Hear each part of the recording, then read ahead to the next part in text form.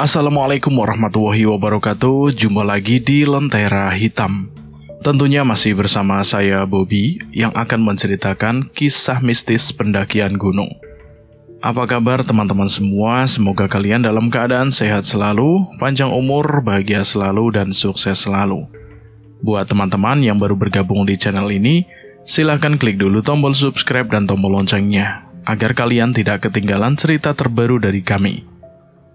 Oke, pada kesempatan kali ini, saya akan menceritakan kisah horor pendakian gunung yang berjudul Sebuah Titipan dari Alam Lain Gunung Lawu.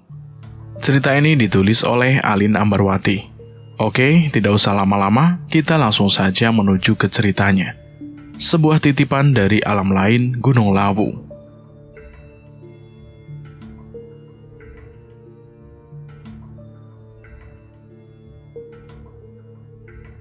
Batara Yuda atau kerap disapa Tara. Itulah nama yang ayah dan ibuku semantakan kepadaku sedari aku lahir ke dunia yang sebelumnya tidak pernah aku pijaki. Lahir dari keluarga pecinta alam menjadikanku pribadi yang sangat menggemari petualangan dan juga tantangan. Ayahku kerap kali menceritakan kegemarannya melakukan pendakian. Bahkan hampir semua gunung yang bertengger di Pulau Jawa sudah berhasil ditaklukkan oleh ayah sejak ia muda, bahkan sampai aku beranjak remaja.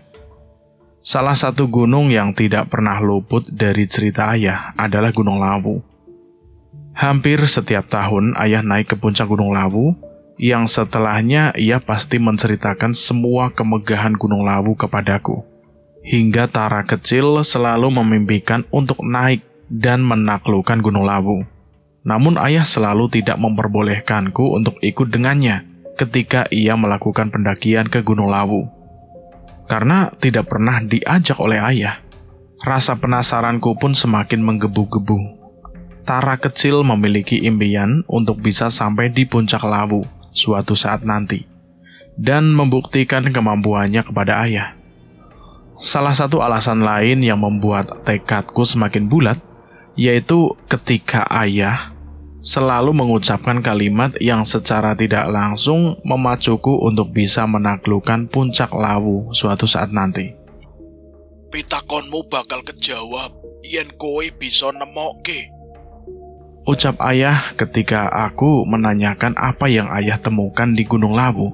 Hingga ia tidak pernah sekalipun absen tiap tahunnya untuk datang dan menaklukkan puncak gunung yang berada di perbatasan Jawa Tengah dan Jawa Timur itu.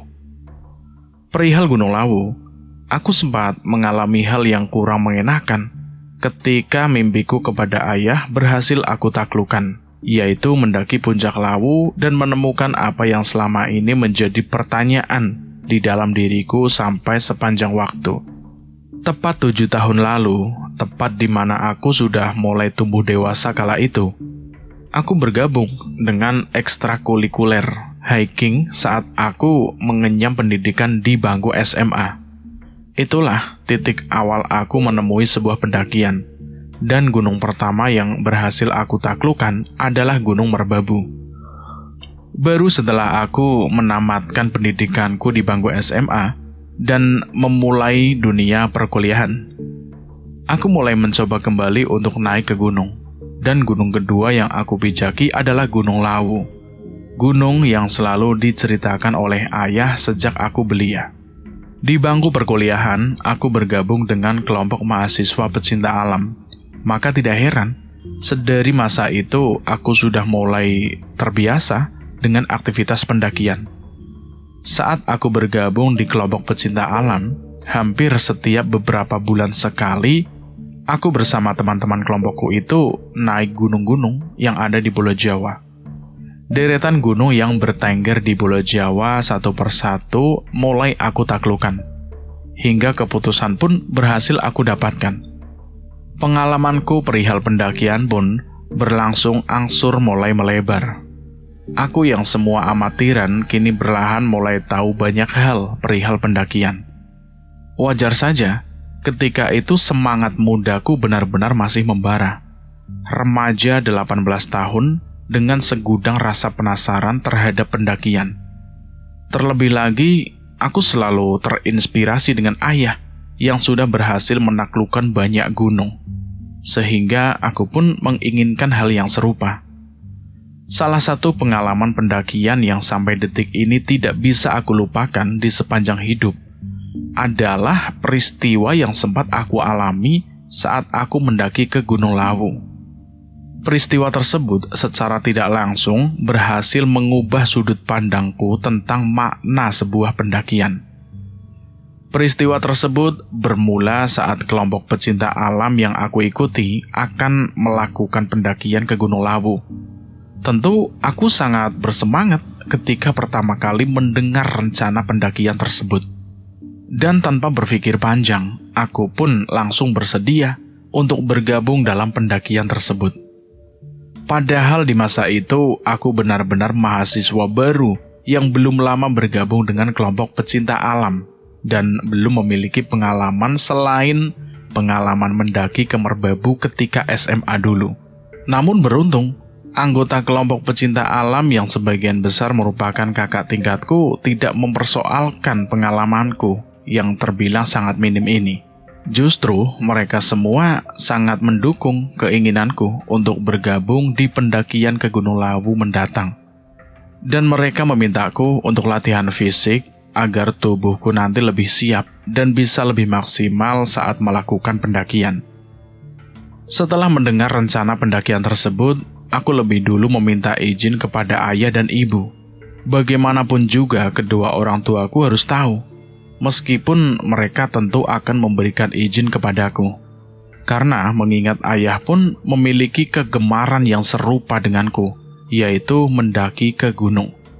Setelah ayah dan ibu memberikan lampu hijau kepadaku, aku pun mulai berlatih fisik untuk mempersiapkan segala sesuatunya. Hampir setiap sore, aku berlari mengelilingi gedung rektorat kampusku.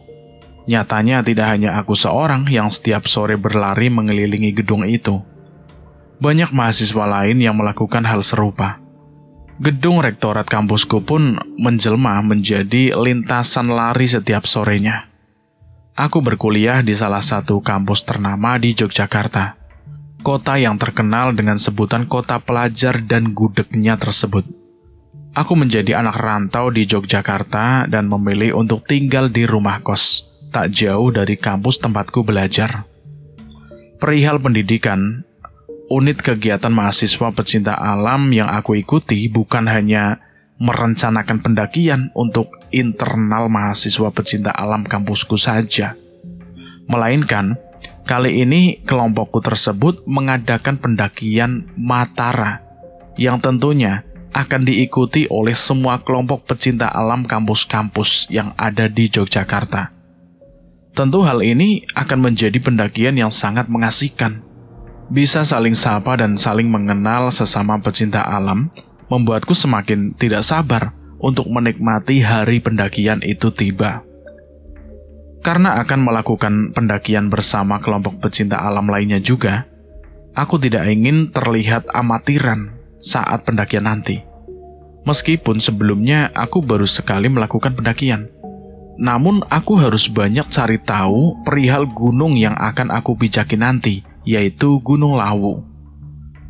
Aku pun kemudian memutuskan untuk membaca banyak artikel dan cerita pendakian yang kerap dibagikan oleh para pendaki di blog pribadi mereka, ataupun di media sosial pribadi mereka. Aku juga membaca terkait hal-hal mistis yang kerap kali terjadi di Gunung Lawu. Aku melakukan ini semua agar aku tidak mendaki dengan tangan kosong semata, melainkan aku memiliki bekal yang aku peroleh dari internet, perihal mistis yang kerap terjadi di Gunung Lawu. 2 hari sebelum pemberangkatan, aku memilih untuk mampir ke base camp mahasiswa pecinta alam di kampusku. Setibanya di base camp, aku tidak langsung bersuah. Aku memilih untuk diam dan melamun. Nyatanya ada banyak kegundahan yang singgah di pikiranku ini. Bahkan, aku sendiri pun tidak bisa menjelaskannya begitu saja. Sebab, aku sendiri pun masih bingung dengan sesuatu yang sampai saat ini masih mengganjal di pikiranku. Saat aku sedang melamun, tiba-tiba saja salah satu temanku menghampiriku, yaitu Bobby. Ia seakan-akan tahu apa yang sedang aku pikirkan sedari tadi, meskipun aku belum berucap apapun. Mungkin karena hubungan pertemanan kami sudah terjalin cukup lama, sehingga Bobby pun mampu dengan cepat menghampiriku. "Jangan terlalu dijadikan beban," ucap Bobby padaku. "Bob, sejak kapan kau ada di sini? Gimana kau akan tahu kedatanganku jika kau sendiri terus melamun sedari tadi?" Aku pun hanya membalas ucapan Bobby dengan senyuman, tanda tak enak hati kepada Bobby yang tidak lain adalah temanku. "Jangan sungkan, Tara. Aku cukup paham dengan apa yang kamu pikirkan. Kau memang selalu paham tentangku, Bob, perihal pendakian Gunung Lawu." "Ya, kurang lebihnya seperti itulah, Bob." "Apa yang menjadi kegundahanmu?" Tiba-tiba saja aku khawatir dengan pendakian kali ini. Aku tidak cukup percaya diri untuk itu." "Bukankah Gunung Lawu itu menjadi salah satu gunung impianmu? Lalu mengapa kamu ragu, Tara?" Aku pun lantas menceritakan kepada Bobby perihal keraguanku tersebut, yang mana ada hubungan dengan ayahku sendiri. Ayah yang selalu menceritakan perihal kemegahan Gunung Lawu, namun tidak lupa pula menceritakan hal tersembunyi di balik kemegahan tersebut, yang bahkan sampai detik ini, aku pun belum tahu maksud dari setiap perkataan yang keluar dari mulut ayahku tersebut. Aku khawatir semua kemegahan yang ayahku gambarkan nyatanya adalah hal yang pelik yang sudah sepatutnya aku hindarkan. Terlebih lagi, ayah selalu tidak memberikan izin kepadaku untuk mendaki bersamanya ke puncak Gunung Lawu. Bukankah ayah memiliki alasan yang cukup kuat untuk itu? Lantas, Bobby pun memberikan nasihat kepadaku, agar aku tidak terlalu larut dalam hal yang belum jelas ku ketahui. Menurutnya, lebih baik aku mencari tahu terlebih dahulu. Jangan pesimis akan keadaan yang aku sendiri belum ketahui. Bobby bahkan terus memberikan semangat kepadaku agar aku tidak mundur begitu saja.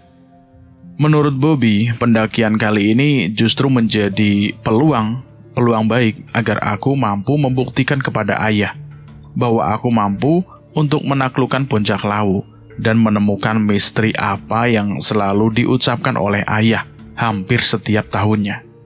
Bobby juga memberikanku semangat agar aku tetap memiliki kepercayaan diri dalam melakukan pendakian ini. Sebab menurutnya jika aku pesimis sepanjang waktu, justru hal tersebut akan memberikan dampak yang kurang baik bagi diriku sendiri, dan tentu bagi kawan-kawan lain yang tentunya berada dalam satu kelompok yang sama denganku. Ucapan Bobby tidak ada salahnya untuk diikuti. Terlebih lagi, ia benar-benar memberikan pandangan positif kepadaku, agar aku bisa lebih percaya terhadap diriku sendiri, dan tidak serta-merta meremehkan kemampuan di dalam diriku sendiri. Aku pun mencoba untuk mengikuti apa yang diucapkan oleh Bobby. Kini aku pun mulai belajar untuk lebih percaya diri terhadap diri sendiri. Aku pun menghela nafas panjang agar pikiranku lebih jauh tenang dibandingkan dengan sebelumnya. Memang perasaan khawatir muncul secara tiba-tiba. Padahal sebelumnya, semangatku benar-benar membara, bahkan aku terus berlatih hampir di setiap sore tiba. Namun entah mengapa, justru saat ini pendakian akan segera tiba, keraguanku itu muncul seketika. Beruntung ada Bobby yang benar-benar mampu menyelamatkanku dari pikiran buruk yang seharusnya tidak terlintas di dalam pikiranku. "Terima kasih banyak ya, Bob. Kau sudah mau mendengarkan keresahanku dan memberikan pandangan positif yang berhasil membuka pikiran kerdilku." "Santai aja lah, kita kan berteman. Lagi pula kita akan naik bareng. Jadi sudah menjadi tugasku lah untuk bisa meyakinkan kamu." Aku benar-benar berterima kasih kepada Bobby karena dia datang tepat pada waktunya dengan semua pandangan positif yang benar-benar mampu menolongku dari keraguan yang aku sendiri tidak tahu ujungnya. Kini aku sudah lebih bersemangat dibandingkan dengan sebelum-sebelumnya. Hari pendakian pun tiba. Aku dan Bobby sudah datang di tempat di mana kami semua akan berjumpa dan melakukan perjalanan menuju base camp pendakian Lawu. Di pagi hari yang cerah ini, aku, Bobby, dan semua rombongan pecinta alam kampus Yogyakarta berangkat dari Jogja menuju Solo dengan menggunakan kereta Prambanan Express. Kami memilih untuk menggunakan kereta, tentunya karena moda transportasi yang satu ini dikenal dengan kenyamanan dan kecepatannya. Karena kami tidak ingin waktu pendakian kami akan melebar nantinya, jadi kami sedari awal sudah memilih kereta agar semua rencana yang sudah kami susun sebelumnya itu bisa cepat sesuai dengan perencanaan. Kami semua merasa senang karena akhirnya kami bisa datang ke Puncak Lawu. Pengalaman ini benar-benar pengalaman baru bagiku dan tentunya sangatlah berharga. Begitupun dengan teman-temanku yang lain. Meskipun di antara mereka mungkin sudah ada yang pernah melakukan pendakian ke puncak Gunung Lawu, namun mereka semua nampak benar-benar bersemangat dalam pendakian ini. Sehingga semua energi positif di dalam diri kami pun berkumpul membentuk semangat yang tentunya tidak akan ada habisnya. Sesampainya di stasiun balapan, perjalanan menuju Tawangmangu pun dilanjutkan dengan menggunakan bus. Dan kemudian masih akan dilanjutkan lagi dengan perjalanan berikutnya menuju Cemoro Sewu. Sore hari kami pun akhirnya sampai di base camp pendakian Gunung Lawu via Cemoro Sewu. Karena perjalanan yang tidak sebentar, kami semua pun merasa benar-benar lelah sepanjang perjalanan. Akhirnya kami pun memutuskan untuk beristirahat terlebih dahulu di salah satu rumah warga, tak jauh dari base camp. Dan kami berencana untuk naik ke puncak Gunung Lawu selepas maghrib, sebab saat ini waktunya benar-benar nanggung. Bobby pun kemudian beranjak untuk memesan makanan dan minuman untuk kami semua, sebab nyatanya bukan hanya lelah yang datang menghampiri kami, melainkan lapar dan dahaga pun tiba-tiba datang silih berganti. Tak menunggu waktu lama, semua makanan dan minuman yang dipesan oleh Bobby pun tiba. Kami pun bergegas untuk menyantapnya dengan lahap. Kami semua pun memilih untuk fokus kepada makanan, alih-alih berbincang random mengenai pendakian. Karena perihal perut tentu harus lebih dahulu diutamakan. Setelah kami menghabiskan makanan yang telah dihidangkan, kami semua pun memilih untuk tertidur sejenak di rumah yang kami singgahi kala itu. Kami ingin mengumpulkan tenaga kami agar tidak lemes saat sudah berada di jalur pendakian nantinya. Sementara aku yang memang sudah prepare sejak lama, aku pun memilih untuk tidur. Sebab aku tidak ingin rasa lelah justru menguasai tubuh hingga aku tidak mampu untuk mengontrol diriku sendiri. Begitu pula dengan si Bobby. Ia pun memilih untuk tidur sama sepertiku, sebab kondisi yang prima benar-benar sangat dibutuhkan saat melakukan sebuah pendakian. Terlebih lagi, kami akan naik ke puncak Lawu. Aku dan rombongan berencana untuk melakukan pendakian setelah maghrib tiba, sehingga kami pun bisa bersantai-santai terlebih dahulu di rumah milik warga tak jauh dari base camp pendakian. Saat aku sedang istirahat tidur, tiba-tiba saja pikiranku kembali abu-abu. Pitakonmu bakal kejawab yen kowe wis bisa nemokake. Bisikan suara di dalam mimpiku. Tiba-tiba saja suara ayah itu muncul begitu saja dan membisikkan kalimat yang tidak pernah luput dari ucapan ayah saat ia sedang menceritakan kemegahan di Gunung Lawu. Sontak bisikan tersebut berhasil membuat kekhawatiranku kembali mencuat. Apa yang sebenarnya akan terjadi? Ada apa di balik ucapan tersebut? Apakah ada hal buruk di balik semua ini? Tak henti-hentinya aku berpikiran hal buruk di sepanjang istirahatku. Mataku memang terpejam, namun kegelisahanku yang terus mencuat pun membuat lelapku tak kunjung nyaman. Aku terus menggerakkan tubuhku karena gelisah, hingga hal tersebut pun secara tidak sengaja berhasil membangunkanku. Bobby yang saat itu berada tak jauh dari tempatku terlelap, Kenapa, Tar? Kau gelisah sekali. Ucap Bobby terbangun dari tidurnya. Lantas aku pun kemudian menceritakan kepada Tara bahwa bisikan ayahku tiba-tiba saja datang. Bisikan kalimat yang selalu ia ucapkan ketika ia sedang menceritakan kemegahan Gunung Lawu. Apa mungkin memang ada sesuatu yang tidak sesuai? Lagi dan lagi Bobby berusaha untuk meyakinkanku bahwa semuanya akan baik-baik saja. Mimpi hanyalah bunga tidur semata, dan tidak seharusnya aku larut ke dalam hal yang aku sendiri pun belum tahu dan belum begitu memahaminya. Aku pun kemudian memilih untuk beranjak. Aku bergegas untuk mengambil air wudhu dan memilih untuk menunaikan sholat sembari meminta petunjuk kepada Yang Maha Esa, agar aku diberikan ketenangan dan tidak terus-menerus dihantui kekhawatiran yang benar-benar tidak berujung. Setelah selesai menunaikan kewajiban sholat, perasaanku pun menjadi lebih tenang dibandingkan dengan sebelumnya. Kini aku mulai bisa belajar untuk menerima dan memahami banyak hal, termasuk ucapan ayah tentang Gunung Lawu yang sampai saat ini masih menjadi misteri. Waktu pun sudah mulai berganti. Langit yang semula terang perlahan-lahan mulai menghitam. Tanda malam akan segera datang. Bobby mewakili kelompok kami pun pergi menuju base camp dan ia mendaftarkan diri kami semua di sana. Setelah selesai, kami pun mulai melakukan pendakian. Tujuan pertama kami adalah pos 1. Perjalanan dari base camp menuju pos 1 kurang lebih akan ditempuh selama 1 jam.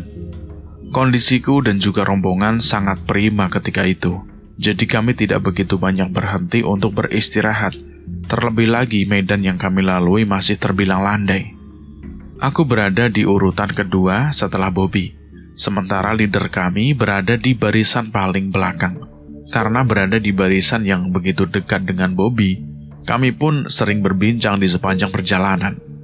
Kondisi Gunung Lawu kala itu benar-benar sunyi, tidak ada suara pendaki lain selain rombongan kami. Sepertinya sangat sedikit pendaki lain yang naik ke Gunung Lawu. Namun meskipun kondisi Lawu malam itu begitu sunyi, hal tersebut tidak begitu menjadi persoalan bagi kami. Sebab jumlah kami pun sudah cukup banyak, sehingga rombongan kami pun mampu menepis kesunyian malam di Gunung Lawu. Memang Lawu bisa sesunyi ini, Bob? Biasanya ramai kok. Gunung Lawu cukup ramai di kalangan para pendaki. Tapi kok ini sepi banget ya? Mungkin hanya kebetulan saja. Atau mungkin pendaki lain sudah jauh di atas sana. Atau mungkin mereka belum memulai pendakian. Ini kan masih terbilang sore, Tara. Banyak pendaki yang lebih memilih pendakian saat malam sudah larut. Ucap Bobby padaku. Betul juga apa yang diucapkan oleh Bobby. Mungkin saja pendaki lain memang belum memulai pendakian, sehingga kondisi jalur pendakian Gunung Lawu masih terbilang sunyi. Maklum saja, pengalamanku masih begitu minim, sehingga aku banyak melempar tanya kepada Bobby yang sudah memiliki banyak pengalaman lebih dariku. Aku pun kemudian memilih untuk menikmati pemandangan di sepanjang jalur pendakian Gunung Lawu. Meskipun kondisi malam itu sudah cukup gelap, namun aku tetap bisa menikmati pendakian ini.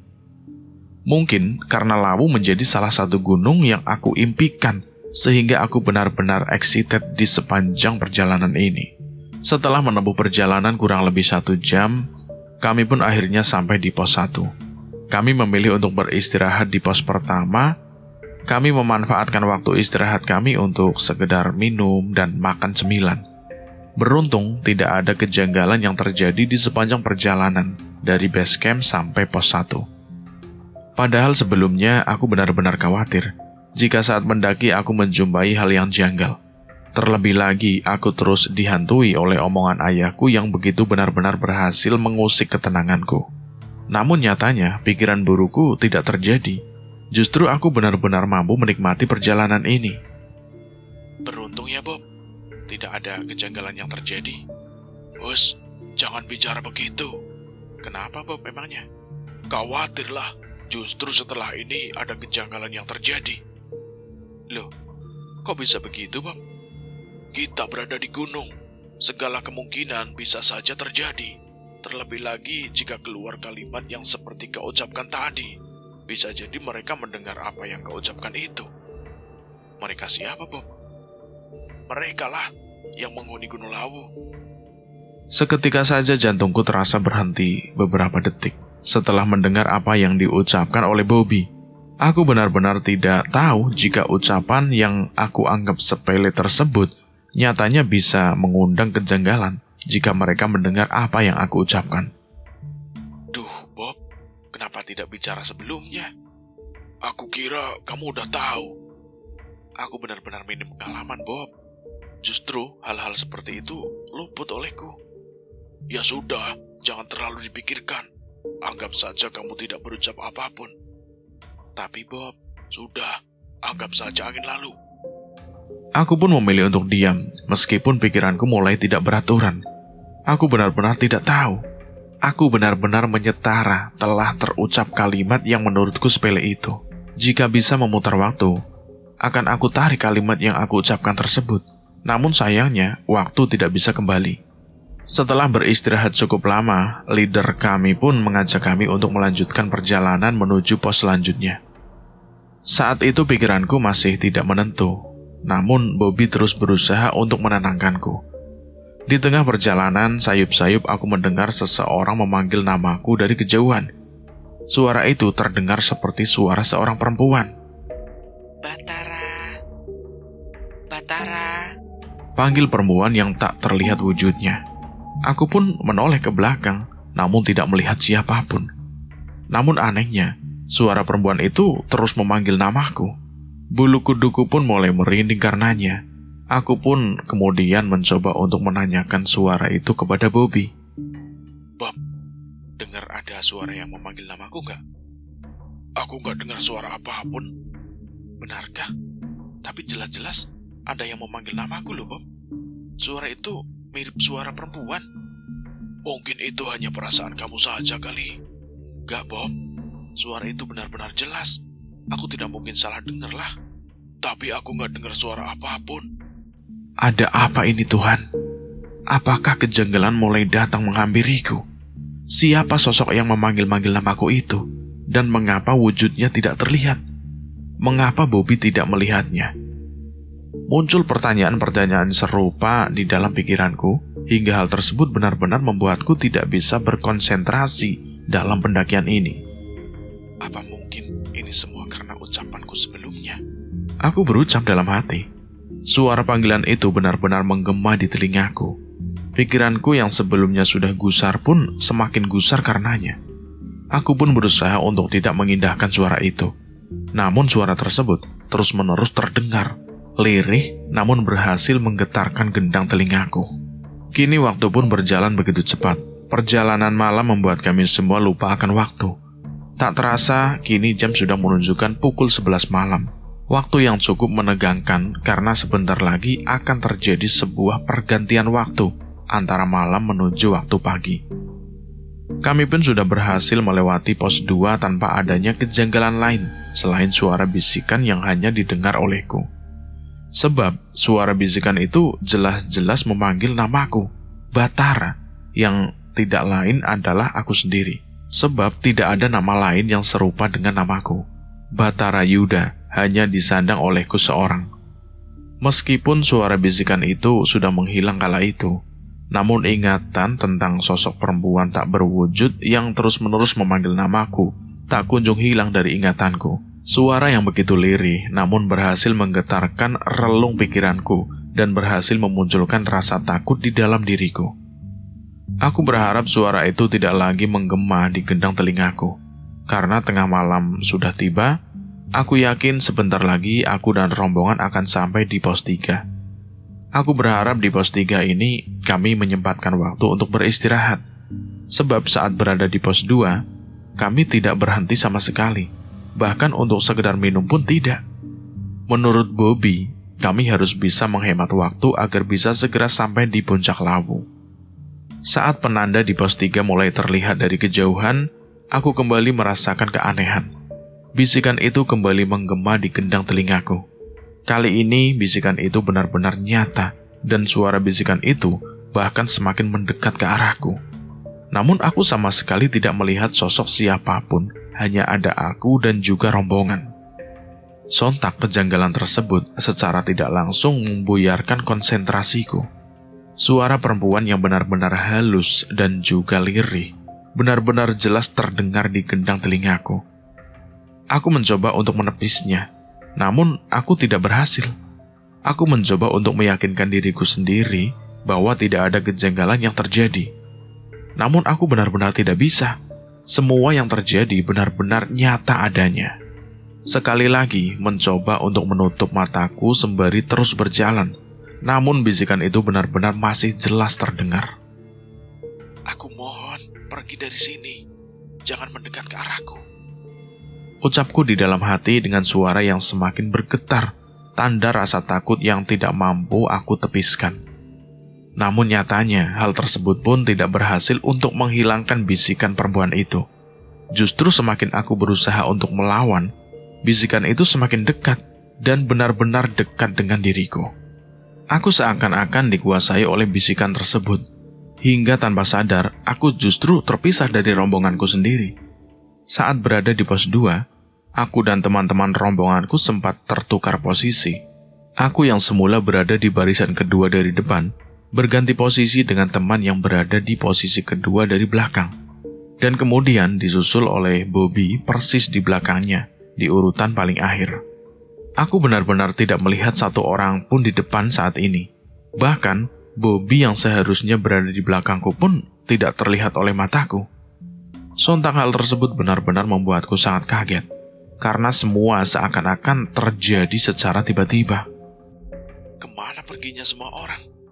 Aku kebingungan. Aku pun kemudian mencoba untuk memanggil satu persatu nama teman rombonganku, termasuk Bobby. Aku memanggil mereka dengan suara yang benar-benar lantang. Namun anehnya, tidak ada satupun di antara mereka yang menjawab panggilanku tersebut. Jika memang aku tertinggal dari mereka, rasanya posisi kami tentu tidak akan berjauhan. Sebab saat aku menyadari mereka sudah tidak terlihat oleh mataku, waktunya benar-benar singkat. Namun anehnya, mengapa mereka tidak menjawab panggilanku? Atau mungkin mereka benar-benar tidak mendengar panggilan dari teriakanku. Aku harus segera cari mereka. Aku pun kemudian mempercepat langkah untuk mencari mereka semua. Aku tidak memperdulikan suara-suara aneh yang terdengar olehku di sepanjang perjalanan yang aku bijaki saat ini. Namun nyatanya semua usahaku untuk menemukan mereka itu sia-sia. Aku benar-benar tidak berhasil menemukan teman-teman rombonganku. Apa mungkin ada hal buruk yang menimpa mereka? Atau justru hal buruk tersebut sedang menimpaku saat ini? Pikiranku mulai tidak tenang. Banyak pikiran-pikiran buruk yang terus bersarang di kepalaku.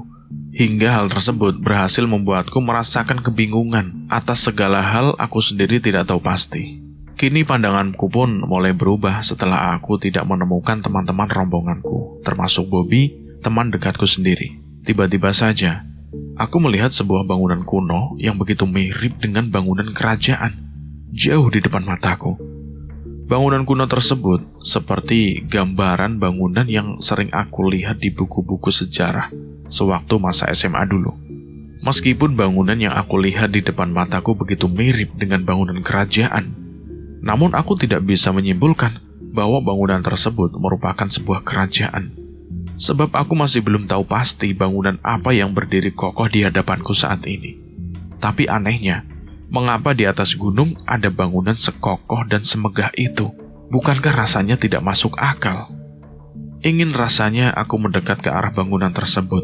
Namun aku khawatir rasa penasaranku akan bangunan tersebut justru membuatku berada di ambang marbahaya. Terlebih lagi saat ini aku tidak melihat siapapun. Di sisi lain, suara bisikan perempuan itu terus menggema di telingaku. Semakin lama bisikan itu semakin jelas terdengar hingga hal tersebut berhasil menepis konsentrasiku terhadap bangunan yang bertengger jauh di depan mataku. Suara perempuan itu seolah-olah mengajakku untuk mendekat ke arahnya. Dan anehnya, aku seakan-akan terbius dengan suara lirih perempuan itu. Hingga aku pun berjalan mendekat ke arah sumber suara itu. Meskipun aku sudah berusaha dengan kuat untuk menahan langkah kakiku sendiri, namun aku benar-benar tidak mampu untuk menghentikan langkah kakiku sendiri. Tak lama kemudian, di hadapanku tiba-tiba saja ada seorang perempuan cantik yang berdiri tepat di depan mataku. Perempuan itu begitu cantik dengan pakaian tradisional Jawa lengkap dengan selendang dan aksesoris lainnya, melekat di tubuh cantiknya tersebut. Pakaian yang melekat di tubuh perempuan cantik yang berada di hadapanku begitu mirip dengan pakaian dari kerajaan Jawa kuno. Perempuan di hadapanku tersebut terlihat memakai mahkota berwarna emas, berlapis batu permata berwarna hijau dan merah berkilau. Kamu siapa? Aku bertanya gemetar, namun perempuan itu justru tidak menjawab ucapanku. Ia hanya memanggil namaku sembari mendekat ke arahku. Batara Yuda. Panggil perempuan itu begitu lirih.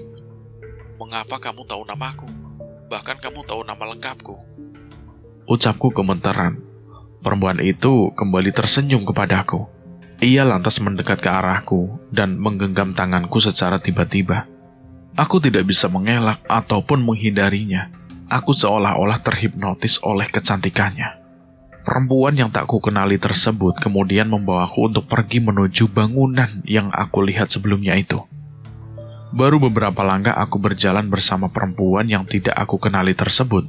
Tiba-tiba saja seperti ada yang menarik tubuhku dengan paksa. Aku sendiri tidak tahu siapa yang menarikku begitu kuat, sehingga aku pun berhasil lepas dari genggaman perempuan yang tidak aku kenali tersebut.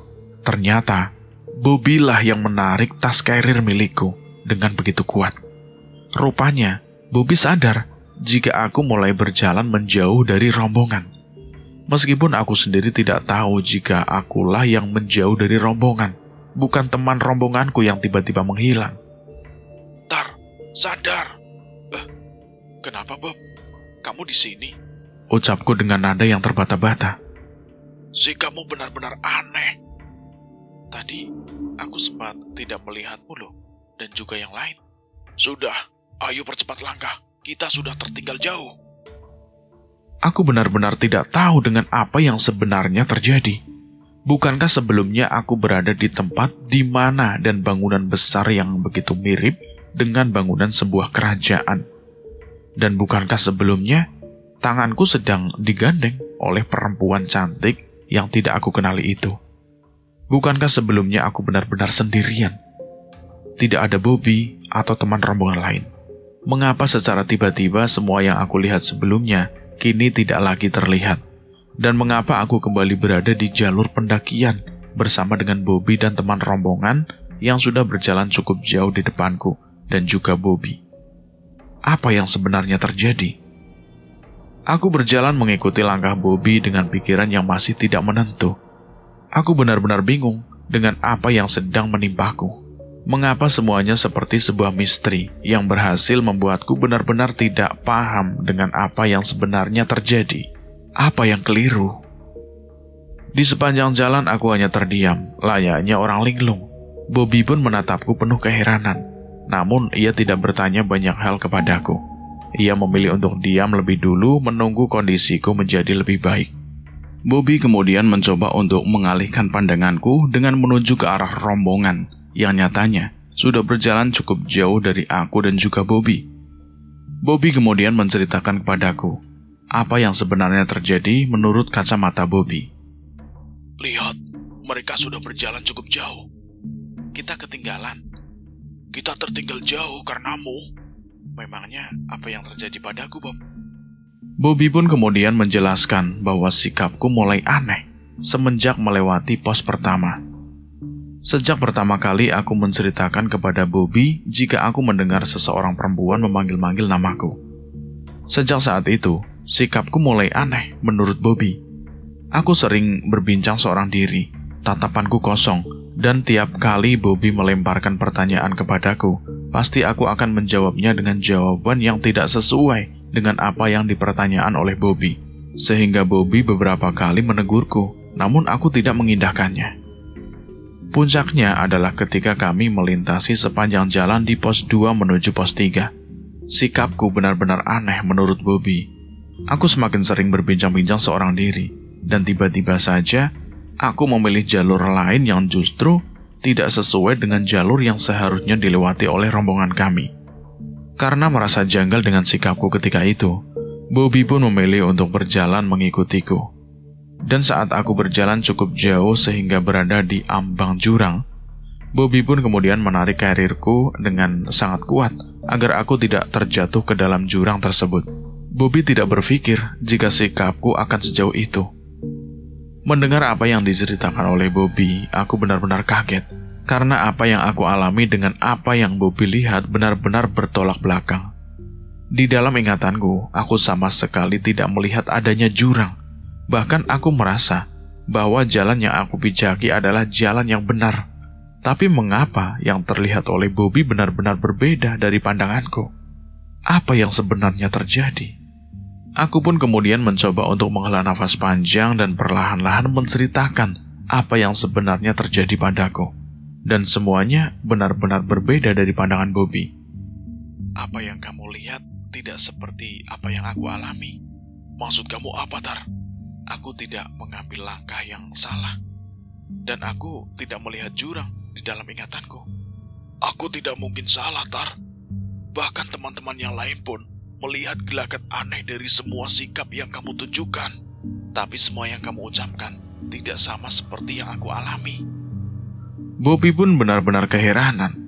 Ia kemudian memintaku untuk menceritakan apa yang sebenarnya terjadi padaku. Ia memintaku untuk menceritakan semuanya secara detail, sejak awal hingga akhir. Aku pun kemudian menceritakan semuanya kejadian yang aku alami dan semua hal yang aku lihat. Namun, bermula dari bisikan perempuan yang terus-menerus memanggilku, hingga tanpa sadar aku pun mengikuti sumber suara bisikan tersebut. Sehingga aku berada di tempat yang aku sendiri tidak tahu.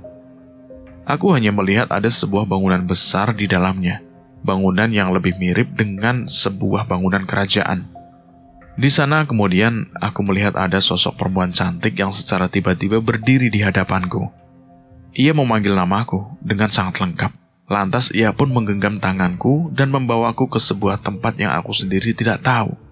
Namun ketika perempuan itu akan mengajakku, tiba-tiba saja ada seseorang yang menarik tubuhku dengan begitu kuat. Dan ternyata orang tersebut adalah Bobby. Setelah itu aku berada di tempat yang sama seperti Bobby. Setelah mendengar semua ceritaku, pikiran Bobby pun mendadak kacau. Ia menganggap apa yang aku ucapkan hanyalah hayalan semata. Sebab rasanya tidak mungkin ada sebuah bangunan besar yang begitu mirip dengan sebuah kerajaan di atas gunung yang memiliki tanah tidak rata. Rasanya semua yang terucap dari mulutku tidaklah benar. Namun itulah yang terjadi padaku. Entah Bobby akan percaya atau tidak, namun aku berucap yang sebenarnya. Tanpa ada yang ditambah-tambahi ataupun dikurang-kurangi, semuanya terjadi padaku. Namun sepertinya, Bobby berusaha untuk mencerna semua hal yang aku ceritakan.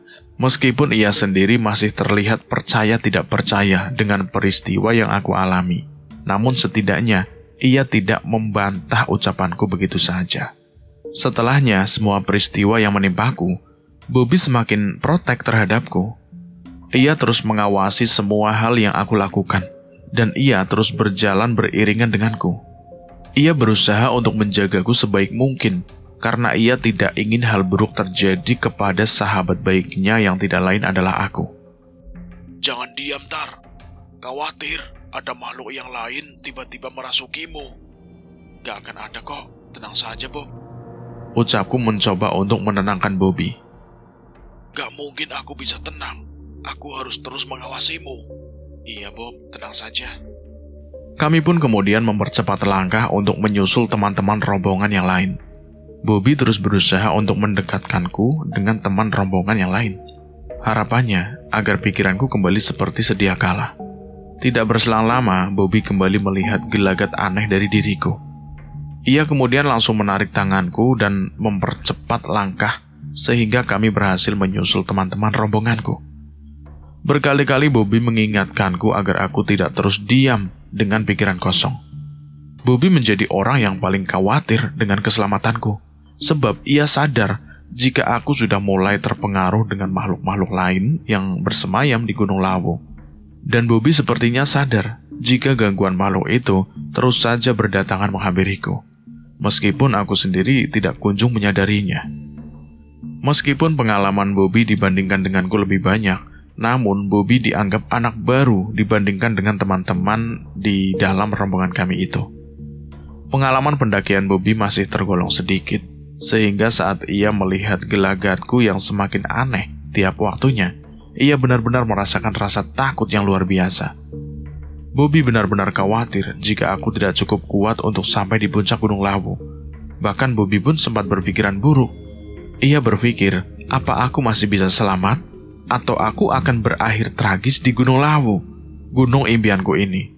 Namun Bobby terus berusaha untuk mendoakan keselamatanku, sahabat dekatnya. Karena rasa kekhawatirannya yang begitu dalam, Bobby pun kemudian memilih untuk menghampiri Faras, ketua Mapala di dalam rombongan kami. Bobby menghampiri Faras sembari terus mengawasiku tanpa henti. Tatapannya benar-benar tidak bisa lepas dari diriku saat itu. Bobby ingin melaporkan semua gelagat aneh yang ditunjukkan olehku. Ia juga ingin menceritakan segala peristiwa yang terjadi sebelumnya, baik dari sudut pandang Bobby sendiri dan juga sudut pandangku. Bobby ingin mencari solusi terbaik yang bisa mengembalikan diriku menjadi sosok Tara sebelumnya. Sembari terus mengawasi dan menjagaku, Bobby terlihat berbincang dengan Faras untuk membicarakan perihal diriku. Bang, ada yang gak beres dari Tara. Maksudnya gimana? Aku kemudian mengarahkan Faras agar ia mau menatap dan mencoba memperhatikan dengan detail gestur yang ditunjukkan olehku. Dan benar saja, Faras pun berpikiran sama dengan Bobby. Namun, penyebab gesturku yang tidak biasa tersebut di antara Bobby dengan Faras tidak sependapat. Bobby berpikir jika perubahan sikap yang ditunjukkan olehku adalah pengaruh makhluk gaib yang ada di Gunung Lawu. Sementara Faras berpikir jika perubahan sikap yang ditunjukkan olehku hanya karena aku kelelahan selama pendakian. Faras juga berpikir bahwa kemungkinan aku mengalami hipotermia yang mengakibatkan aku menjadi seperti orang linglung. Terlebih lagi, perjalanan menuju pos 3 yang saat ini kami lewati memiliki trek yang tidak biasa. Jalur yang kami pinjaki menuju pos 3 terus-menerus menanjak, hingga hal tersebut tentu membuat pendaki-pendaki yang belum memiliki cukup pengalaman sangat kewalahan. Apa yang harus kita lakukan, Bang? Terlepas dari penyebabnya. Tanya Bobby ketika itu kepada Faras. Kita harus bisa sadarkan dia segera. Jika tidak, kita semua tentu akan menyesal. Ucap Faras pada Bobby. Mendengar hal tersebut, tanpa sadar air mata Bobby pun terjatuh. Ia benar-benar tidak bisa berpikir dengan jernih lagi.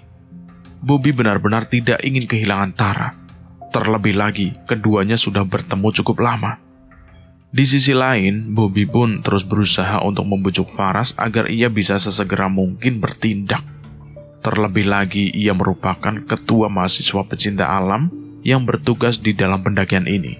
Bobby benar-benar berharap agar Faras mampu untuk menolongku, agar aku bisa kembali seperti sedia kala.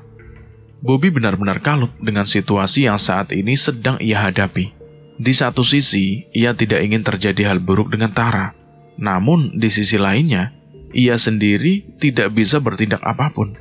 Terlebih lagi, sesaat setelah menceritakan kondisi Tara kepada Faras, justru ia semakin menemukan titik kebimbangan saat Faras tidak percaya dengan tutur katanya yang mengatakan bahwa Tara terkena gangguan. Namun, Faras justru mengatakan bahwa Tara hanya kelelahan karena suhu badannya cukup tinggi ketika Faras mengeceknya. Karena persoalan tersebut, Bobby pun tidak begitu memperhatikanku saat itu. Ia begitu abai terhadapku. Wajar saja, pikiran Bobby sendiri pun sedang tidak menentu.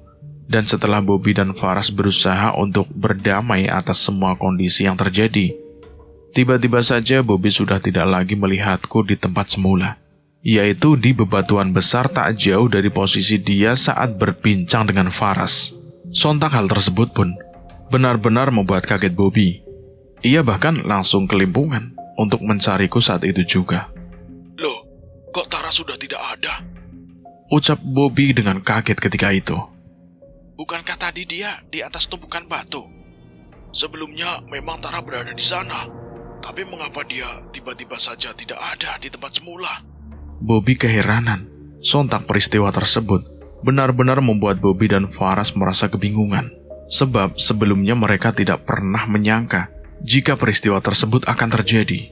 Keduanya pun memutuskan untuk memberitahukan kepada teman-teman lainnya agar segera bisa dilakukan pencarian terhadapku.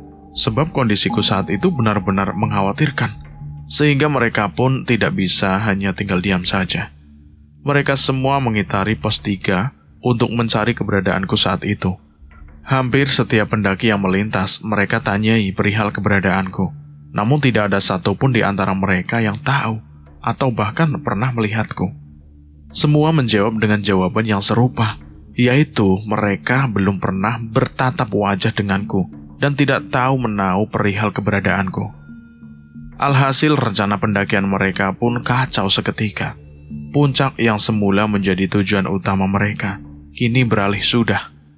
Pencarian terhadapku kini lebih diprioritaskan karena teman-teman di dalam rombongan kala itu tidak begitu tahu tentang kronologis menghilangnya aku.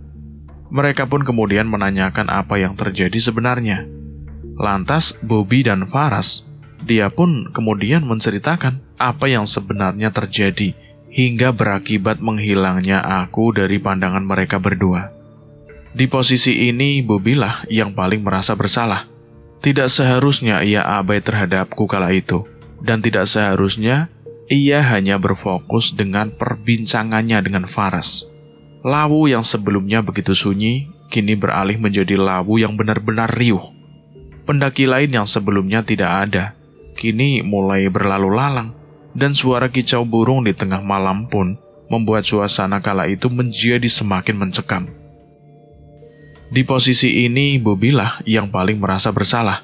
Tidak seharusnya ia abai terhadapku kala itu, dan tidak seharusnya ia hanya berfokus dengan perbincangannya dengan Faras. Lawu yang sebelumnya begitu sunyi, kini beralih menjadi lawu yang benar-benar riuh. Pendaki lain yang sebelumnya tidak ada, kini mulai berlalu lalang, dan suara kicau burung di tengah malam pun membuat suasana kala itu menjadi semakin mencekam. Kita harus temukan Tara secepat mungkin, ucap Bobby. Setelah aku memberikan instruksi untuk mencari Tara, mereka semua pun berpencar dan mulai mencari Tara semaksimal mungkin. Hampir setiap orang yang mereka temui tidak pernah luput dari pernyataan terkait keberadaan Tara. Namun tidak satu pun yang melihat Tara. Rasanya benar-benar aneh menurut Bobby, sebab kondisiku kala itu tidak memungkinkan aku untuk pergi seorang diri. Bobby pun langsung berpikiran negatif. Ia berpikir, mungkin saja makhluk yang terus mengganggu Tara lah yang justru membawa dia pergi entah kemana. Bobby pun mencoba untuk memberitahukan asumsinya tersebut kepada Faras dan teman-teman yang lainnya. Namun Faras dan teman rombongan lainnya justru tidak berpikir demikian. Mereka justru berpikir mungkin saja Tara memang pergi tanpa arah, karena kondisinya kala itu hampir mirip dengan orang yang sudah mulai linglung. Kembali terjadi perdebatan antara Bobby dengan Faras dan teman yang lain dalam rombongannya itu. Karena kesal, Bobby pun memilih untuk mencari Tara seorang diri, karena ia tidak ingin mendengar asumsi yang tidak serupa dengan asumsi miliknya. Dalam hal ini, Bobby memang cukup sensitif terhadap persoalan yang terkait denganku. Karena Bobby tahu betul bagaimana kondisiku sebelum aku menghilang kala itu. Hanya Bobby yang tahu ceritaku tentang bangunan kerajaan dan perempuan berbusana kerajaan yang mengajak Tara masuk dalam bangunan tersebut. Di mana yang Bobby lihat tidaklah sama, justru Bobby melihat Tara akan masuk ke dalam jurang, bukan masuk ke dalam bangunan yang serupa dengan kerajaan. Hanya Bobby lah yang tahu, tidak dengan Faras dan tidak dengan teman-teman yang lain dalam rombongannya. Sehingga sangat wajar jika antara Bobby dengan teman-teman yang lainnya terus berbeda pendapat terkait peristiwa yang menimpaku kala itu. Bobby memilih untuk beranjak seorang diri, namun di sini Faras sebagai ketua mahasiswa pecinta alam kampus mencoba untuk menahannya. Menurut Faras, jika Bobby pergi seorang diri, justru hal buruk yang lain bisa saja datang. Khawatir Bobby juga bisa menghilang karena tersesat atau yang lainnya. Teman yang lain di dalam rombongan tersebut pun sependapat dengan ucapan Faras, namun Bobby tetap kekeh dengan pandangannya sendiri dan tidak goyah sedikit pun. Karena Bobby merasa jika antara dia dengan teman yang lain tidak satu pandangan. Kamu jangan egois, Bob. Kalau kamu pergi sendiri untuk mencari Tara, hal buruk yang lain bisa saja datang menghampiri kamu. Tidak ada hal buruk lainnya. Aku harus segera menemukan Tara. Dia dalam bahaya. Kamu juga dalam bahaya jika bertindak seperti ini. Aku bisa jaga diri, sementara Tara kondisinya sedang tidak baik-baik saja. Turunkan egomu, demi kepentingan semuanya.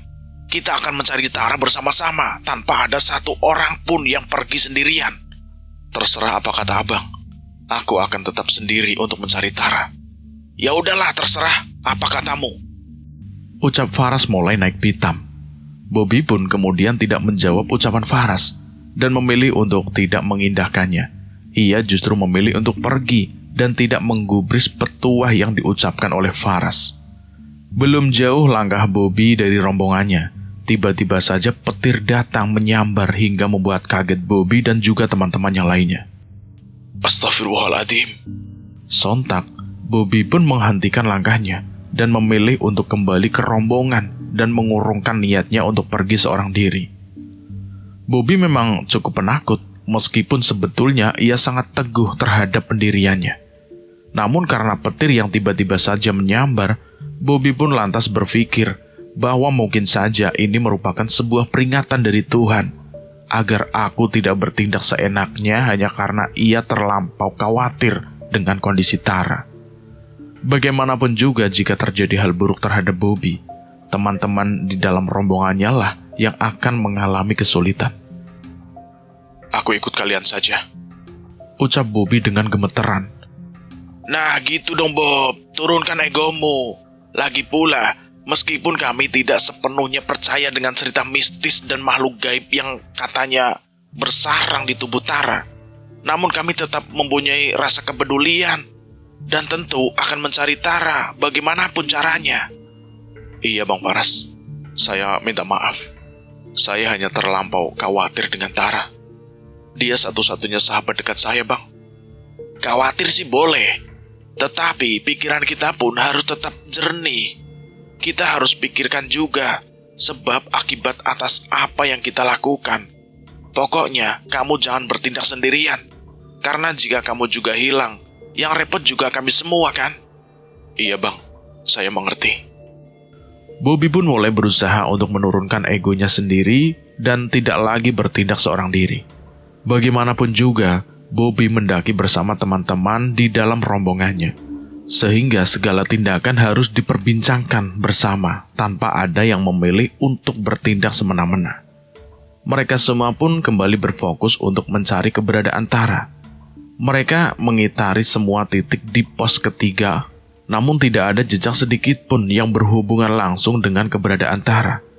Hingga tidak jauh dari pos 3 ini, Faras menemukan benda yang menurutnya begitu aneh. Ia menemukan sebuah gelang berwarna emas yang begitu mirip dengan gelang kerajaan zaman kuno. Ia kemudian mengambilnya dan menuturkan penemuannya tersebut kepada teman-teman yang lain. Aku menemukan ini teman-teman. Itu apa Bang? Gelang emas yang begitu mirip dengan gelang kerajaan zaman kuno. Jangan diambil Bang, letakkan di tempat semula saja. Kenapa emangnya? Pokoknya jangan diambil. Khawatir gelang itu justru akan mengundang malapetaka datang. Beruntung, Faras pun mau mengikuti omongan Bobby dan bergegas untuk meletakkan apa yang ditemukannya tersebut ke tempat semula. Meskipun Faras sendiri masih bertanya-tanya, memang apa kaitan antara gelang dan juga malapetaka? Lantas karena tidak ingin membuat Faras terus bertanya-tanya, akhirnya Bobby pun menceritakan sebuah kerajaan yang pernah didengarnya. Kejadian yang menimpa salah seorang pendaki yang berakhir tewas karena mengambil sebuah benda yang terlihat begitu asing tanpa mengindahkan konsekuensi yang bisa didapatnya. Benda yang diambil oleh pendaki itu pun hampir mirip dengan benda yang ditemukan oleh Faras, yaitu sebuah gelang yang begitu mirip dengan gelang kerajaan. Memang sejatinya saat melakukan pendakian ke gunung manapun, mawas diri sangatlah dibutuhkan, karena kita berdampingan dengan alam lain yang kita sendiri pun tidak tahu, sehingga saat mendaki kita hanya bisa menjaga sikap, lisan, dan juga semua perbuatan kita, agar terhindar dari malapetaka yang bisa saja datang mendera. Setelah persoalan gelang emas yang ditemukan oleh Faras usai, Bobby beserta teman-teman yang lain pun kemudian memilih untuk melanjutkan pencarian Tara. Mereka berfokus di pos 3 dan jalur dari pos 2 menuju pos 3. Mereka berharap Tara bisa ditemukan dalam keadaan baik tanpa kurang apapun. Setelah tidak menemukan titik terang, Faras pun berinisiatif untuk mencari bantuan tim ranger yang ada di base camp Gunung Lawu. Ia pun kemudian mengajak semua anggota di dalam rombongannya untuk kembali ke base camp. Menurut Faras, akan lebih mudah jika melibatkan tim ranger yang ada di base camp Lawu, karena mereka tentu lebih paham dengan titik-titik tertentu yang ada di jalur pendakian Gunung Lawu ini. Awalnya Bobby merasa keberatan jika harus turun dan kembali ke base camp, karena ia belum menemukan Tara. Namun setelah Faras berusaha untuk menjelaskan kepada Bobby, akhirnya ia pun bersedia untuk turun bersama, karena Faras tidak ingin ada satu anggota pun yang tertinggal di jalur pendakian. Ia khawatir kejadian yang menimpa Tara akan menimpa anggota lainnya. Akhirnya mereka semua pun kembali ke base camp. Dengan langkah yang sengaja dipercepat, mereka menempuh perjalanan dari pos 3 menuju base camp Gunung Lawu. Wajah cemas jelas tergambar dari semua anggota, terutama Bobby. Setelah menempuh perjalanan selama beberapa jam, mereka pun akhirnya sampai di base camp. Faras kemudian bergegas untuk pergi ke pos pendaftaran dan meminta bantuan dari tim ranger yang ada di sana. Faras menceritakan perihal hilangnya Tara kepada tim ranger yang saat itu bertugas di base camp Gunung Lawu. Faras pun meminta Bobby untuk menceritakan kronologis kejadian hilangnya Tara kepada tim yang saat itu sedang bertugas. Bobby menjelaskan bahwa sebelum Tara menghilang, ia sempat bersikap aneh dan melihat hal-hal yang tidak masuk akal, seperti bangunan yang menyerupai sebuah kerajaan, dan bahkan ia sempat bertemu dan diajak pergi oleh seorang perempuan cantik yang begitu mirip dengan putri raja. Bobby juga menceritakan bahwa setelah kejadian itu, sikap Tara semakin aneh, dan hal tersebut membuat dirinya khawatir. Dan saat Bobby sedang berbincang dengan Faras, tiba-tiba saja Tara menghilang dan entah pergi kemana.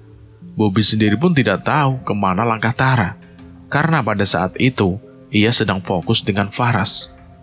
Setelah mendengar semuanya, petugas base camp pun bergegas untuk menghubungi tim SAR untuk segera melakukan pencarian terhadap Tara. Bobby lantas dimintai keterangan terlebih dahulu oleh petugas base camp.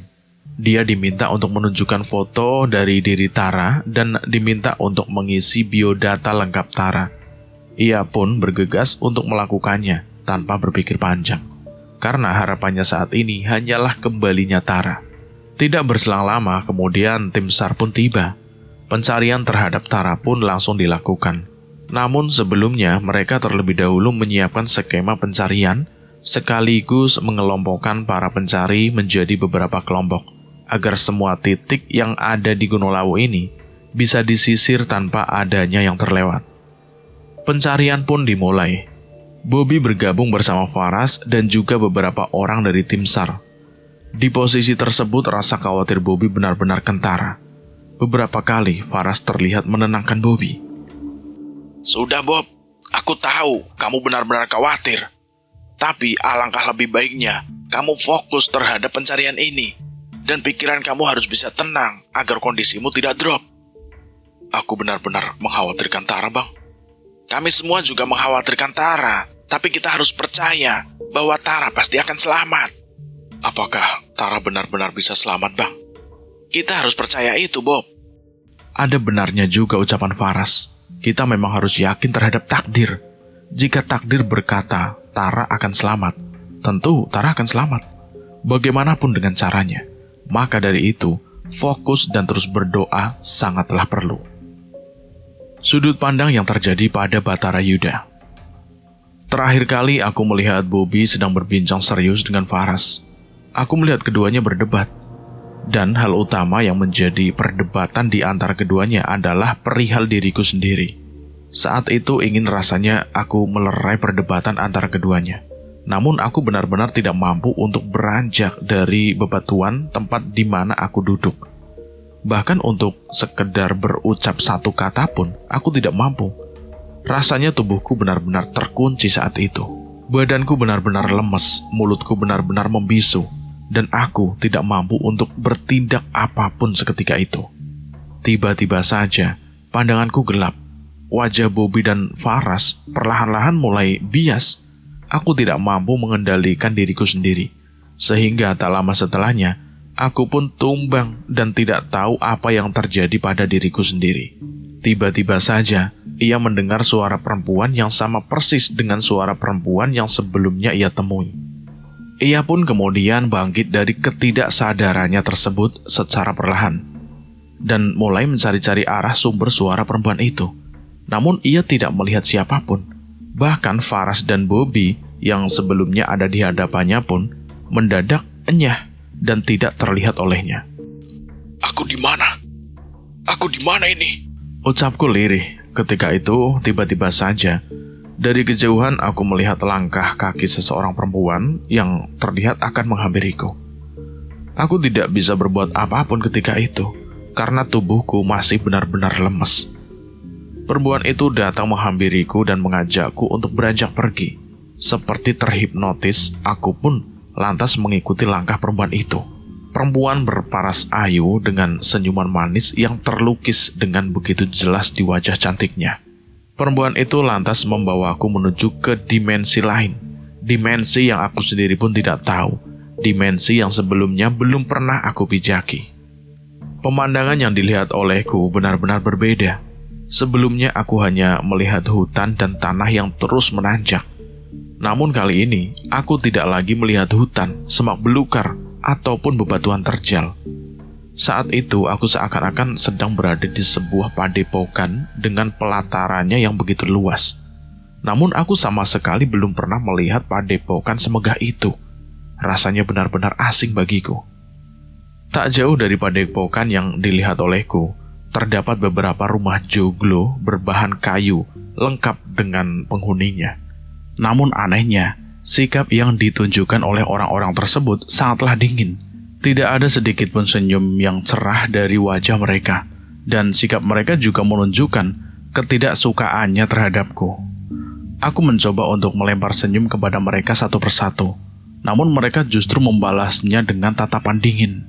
Sontak hal tersebut benar-benar membuatku merasa takut dan merinding seketika. Aku di mana sebenarnya? Mengapa tatapan mereka begitu sinis terhadapku? Bukankah mereka baru berjumpa denganku? Tapi mengapa mereka seakan-akan menunjukkan ekspresi marah terhadapku? Aku berucap dalam hati. Perempuan yang berada di sampingku pun seakan-akan tahu perihal kekhawatiranku terhadap situasi yang saat ini aku hadapi. Ia pun kemudian berbalik arah dan menghampiriku seketika. Ia lantas berjalan beriringan bersamaku, sembari membisikkan beberapa kalimat yang ternyata berhasil membuatku merasakan ketenangan dibandingkan dengan sebelumnya. Kedudukanmu jauh di atas mereka. Jangan berpikir mereka membencimu. Justru kamu yang seharusnya memegang kendali atas mereka. Ucap perempuan itu lirih dengan bahasa kerama yang terlontar dari bibir tipisnya. Mengapa kamu membawaku ke sini? Kamu akan tahu alasanku membawamu kemari. Saya ingin kembali. Pasti kamu akan kembali. Tapi sebelum itu, kamu harus bertemu dengan seseorang di sini. Seseorang? Siapa? Kamu akan segera mengetahuinya. Apakah aku tidak bisa mengetahuinya sekarang? Sayangnya, belum bisa. Akhirnya aku pun memilih waktu yang akan menjawabnya. Perempuan itu lantas membawaku masuk ke sebuah padepokan dan mempersilahkan aku untuk duduk dan menunggu seseorang yang dimaksud oleh perempuan itu sebelumnya. Aku pun memilih untuk melihat semua titik yang ada di dalam tempat yang saat ini aku singgahi. Satu kata yang pertama kali aku ucapkan yaitu megah. Tempat ini benar-benar megah, layaknya sebuah singgasana. Bahkan di hadapanku ada sebuah kursi tinggi yang begitu mirip dengan kursi singgasana seorang raja. Lantas aku pun sempat berpikir, mungkin saja tempat yang saat ini aku singgahi benar-benar sebuah kerajaan Jawa kuno. Karena terlihat dari semua sudut yang ada di tempat ini, benar-benar begitu mirip dengan gambaran kerajaan yang pernah aku lihat di buku pelajaran sejarah saat aku duduk di bangku SMA dulu. Tak lama kemudian ada seorang pria paruh-baya dengan baju raja melekat di tubuhnya. Dia datang ke arahku.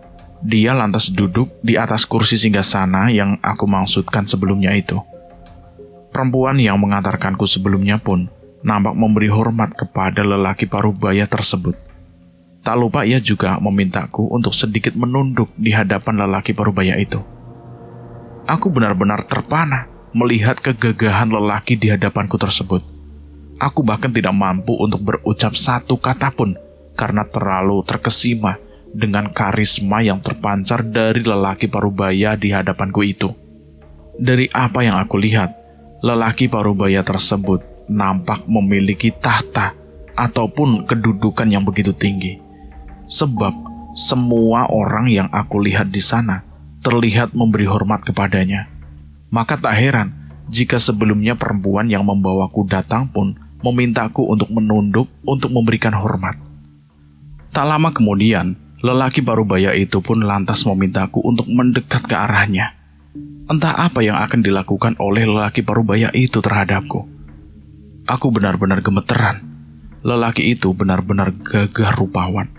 Pakaian yang ia kenakannya, dia pun menyerupai seorang raja dari kerajaan Jawa kuno. Namun aku sendiri belum pernah melihat sosok yang saat ini berada di hadapanku tersebut. Ketika lelaki itu memintaku untuk datang mendekat ke arahnya, langkahku benar-benar lirih. Aku khawatir salah sikap ataupun salah ucap, karena aku yakin jika aku tidak berhati-hati, sesuatu yang buruk bisa saja datang menghampiriku, dan aku tidak ingin hal buruk datang menghampiriku. Cah bagus, aku nyeloki kowe rene, amarga ana sing arep tak titipke marang awakmu. Babagan bapakmu Jumantara. Sontak, aku pun merasa begitu kaget ketika nama ayahku disebut oleh lelaki di hadapanku ini. Muncul banyak sekali pertanyaan di dalam otakku perihal ayahku. Apa mungkin pendakian ayah tiap waktunya ke Gunung Lawu ada hubungannya dengan lelaki di hadapanku saat ini? Apa hubungannya antara keduanya? Apa mungkin ayahku melakukan hal yang sesat atau semacam pemujaan terhadap lelaki paruh-baya di hadapanku saat ini? Apa yang tidak aku ketahui? Apa yang sebenarnya terjadi? Wajahku pun semakin pucat pasi setelah mendengar nama ayahku disebut. Tanganku yang semula hangat pun berubah menjadi sangat dingin. Aku gemeteran dan aku tidak bisa bersikap biasa-biasa saja. Perempuan yang membawaku ke tempat ini pun kemudian datang mendekat ke arahku. Ia membawakanku secangkir minuman hangat untuk menghangatkanku. Namun aku enggan untuk meminumnya, meskipun sedari tadi perempuan itu terus memintaku agar meminum minuman tersebut. Ingin rasanya aku kembali ke tempatku semula. Lantas aku pun mencoba untuk menepuk-nepuk pipi kanan dan pipi kiriku, berharap semua hal yang aku alami saat ini hanyalah mimpi, bukanlah kenyataan. Namun sudah berkali-kali aku mencoba untuk menepuk pipi kanan kiriku. Semuanya terasa sia-sia. Aku tidak kunjung kembali dan justru aku merasakan sakit dari tepukanku yang cukup keras. Itu artinya aku memang sedang tidak bermimpi. Aku berada di dalam kenyataan yang membuatku merasa tidak karuan. Tanpa sadar air mata pun menetes dari pelupuk mataku, karena aku benar-benar takut jika kehadiranku di dimensi yang aku sendiri tidak tahu justru membuatku tidak berhasil kembali ke duniaku yang sebenarnya.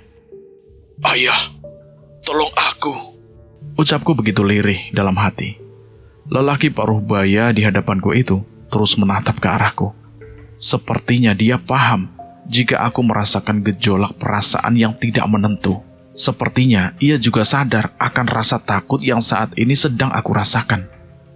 Tak lama kemudian, lelaki paruh-baya di hadapanku itu pun melempar senyum ramah kepadaku. Sontak hal tersebut berhasil mengurangi rasa takut di dalam diriku kala itu. Padahal, lelaki paruh-baya itu hanya menyebutkan nama ayahku saja, yaitu Jumantara. Namun pikiranku sudah benar-benar tidak karuan. Ingin rasanya aku tetap berpikiran positif perihal ayahku Jumantara. Namun rasanya benar-benar sulit. Aku pun teringat kembali dengan ucapan ayahku perihal Gunung Lawu, di mana ayah selalu memintaku untuk mencari sendiri apa yang terus menjadi pertanyaanku. Selain itu, saat aku hendak mendaki ke Gunung Lawu, tiba-tiba saja bayangan ayahku muncul dengan berucap kalimat serupa yang selalu diucapkan olehnya. Ingin rasanya aku menceritakan semua peristiwa yang aku alami kepada Bobby saat ini juga. Namun aku tidak melihat sosok Bobby ataupun teman-teman yang lainnya. Aku benar-benar sendirian. Ingin rasanya aku menjerit dan berlari sekencang mungkin. Namun aku benar-benar tidak bisa melakukan semua itu. Tuhan, tolong selamatkan saya. Aku mohon. Ucapku memohon. Dalam situasi penting seperti yang aku alami saat ini, terbesit di dalam pikiranku untuk menyalahkan ayah. Karena sejatinya, keinginanku yang begitu besar untuk menaklukkan Gunung Lawu semuanya bermula dari cerita yang selalu ayah ceritakan, perihal kemegahan Gunung Lawu. Hingga Tara kecil selalu bermimpi untuk bisa menaklukkan Gunung Lawu suatu saat nanti. Namun ketika impian itu sudah berada di depan mata, justru aku mendapati hal yang benar-benar tidak aku duga sebelumnya. Kemana perginya hutan, semak belukar, dan bebatuan terjal yang sebelumnya aku pijaki?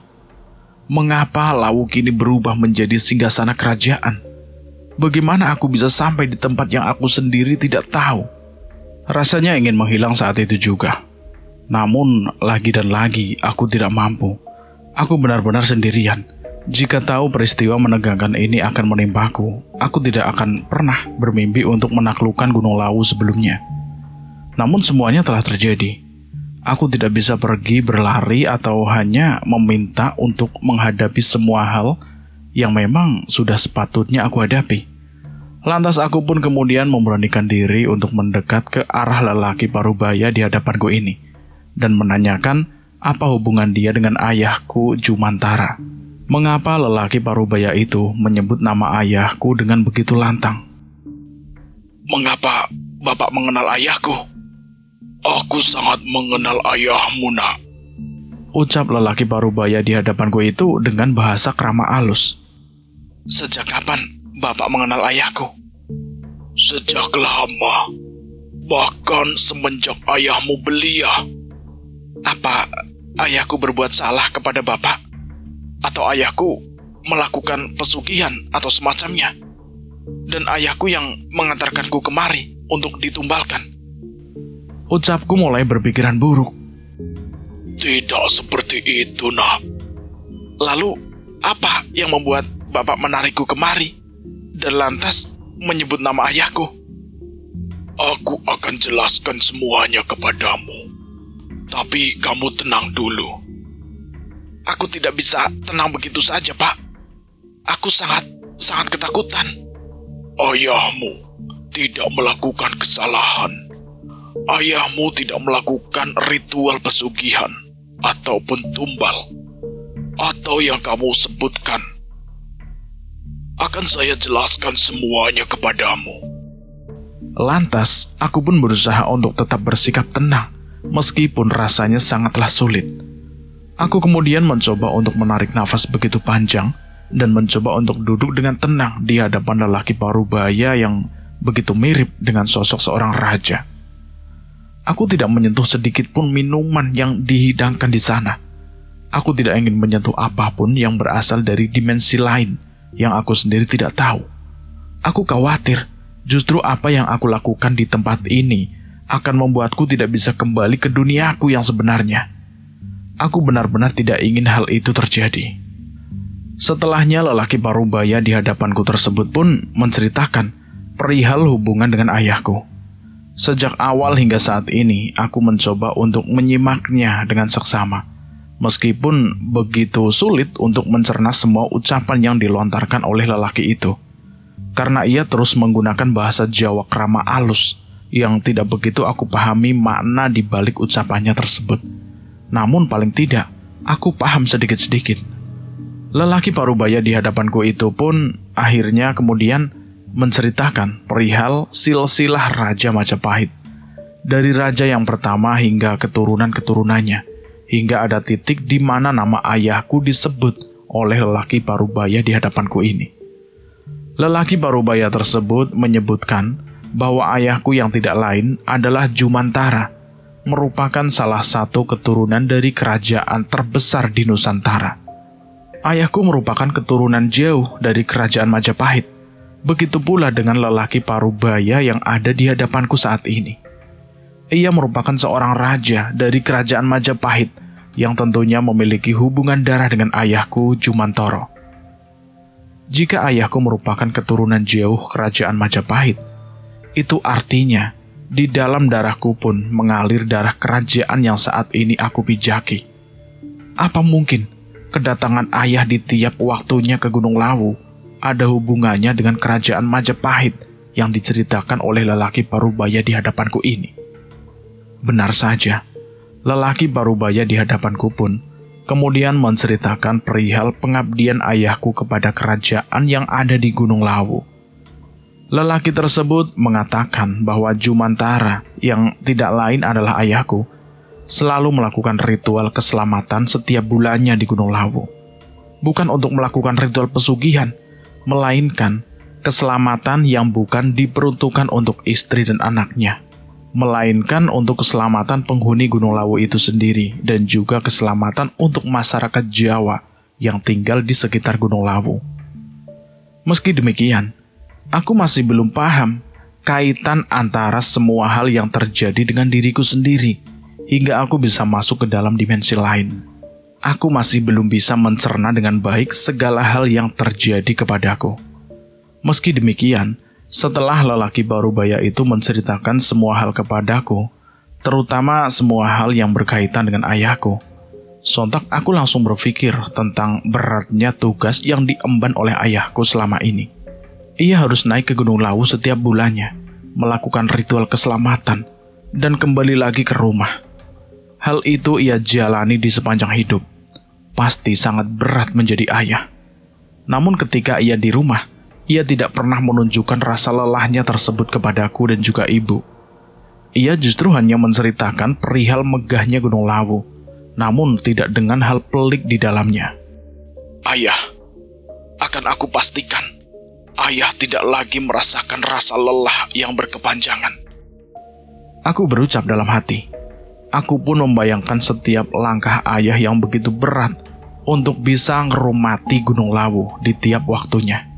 Waktu yang seharusnya bisa digunakan untukku bercengkrama dan juga untuk ibu, ia habiskan untuk melakukan pengabdian di Gunung Lawu seorang diri, tanpa adanya orang lain yang membersamainya. Apa selama ini ayahku tidak mengeluh? Tanyaku di dalam hati. Namun rasanya tidak mungkin jika ayah tidak mengeluh perihal ini. Pasti ayah sudah sangat lelah, namun ia tidak memiliki cukup ruang untuk mengeluh, terlebih lagi untuk berhenti melakukan ritual keselamatan. Sebab pasti ada konsekuensi yang cukup besar jika ayah memilih untuk berhenti. Entah keselamatan keluarganya yang akan menjadi ancaman, atau justru keselamatan dirinya sendiri.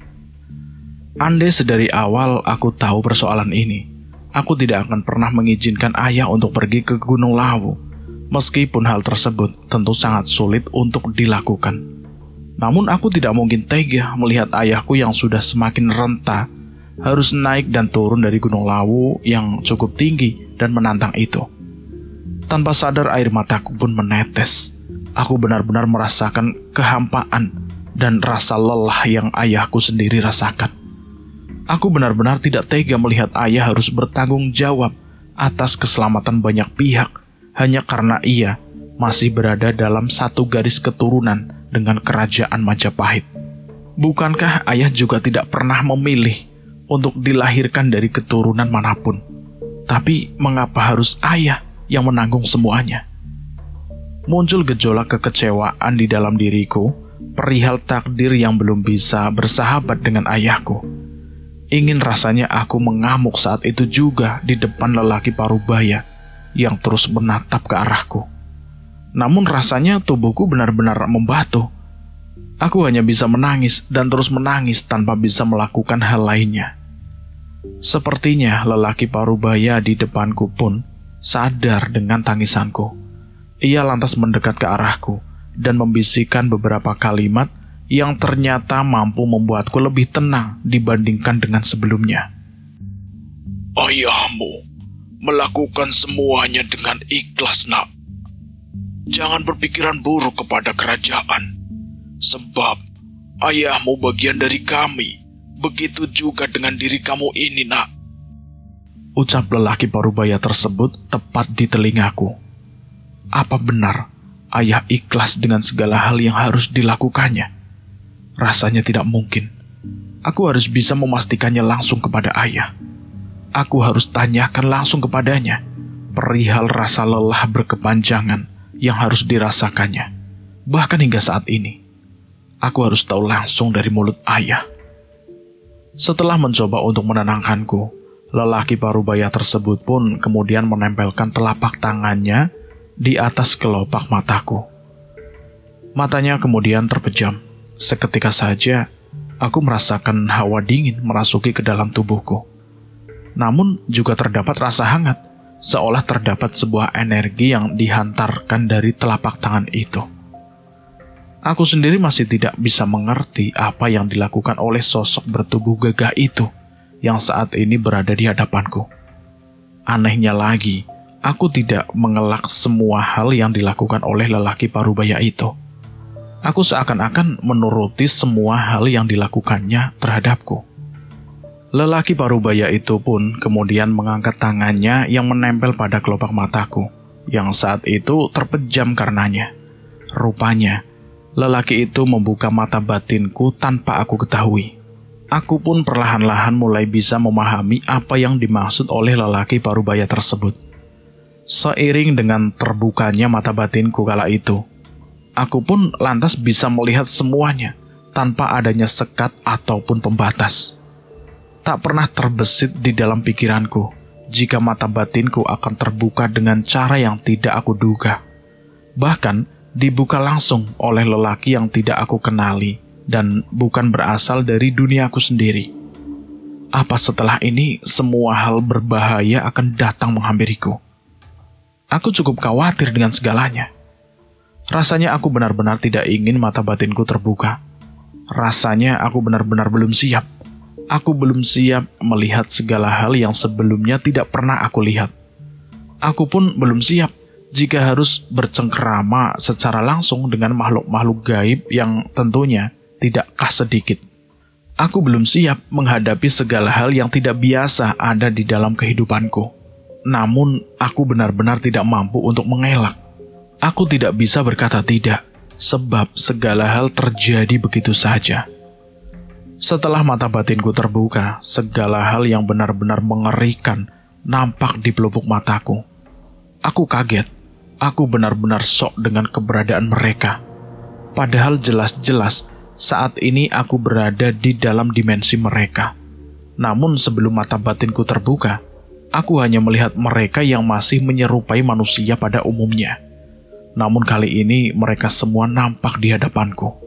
Tidak hanya itu, aku juga secara tiba-tiba melihat gambaran ayah saat melakukan pendakian ke Gunung Lawu untuk melakukan ritual keselamatan. Aku melihat bagaimana ayahku sendiri tertatih-tatih naik Gunung Lawu seorang diri. Aku pun melihat masa di mana ayahku sedang bertatap muka dengan sosok lelaki parubaya yang saat ini berada di hadapanku. Aku bahkan melihat ayah dan lelaki parubaya tersebut dikelilingi oleh makhluk-makhluk yang sangat mengerikan.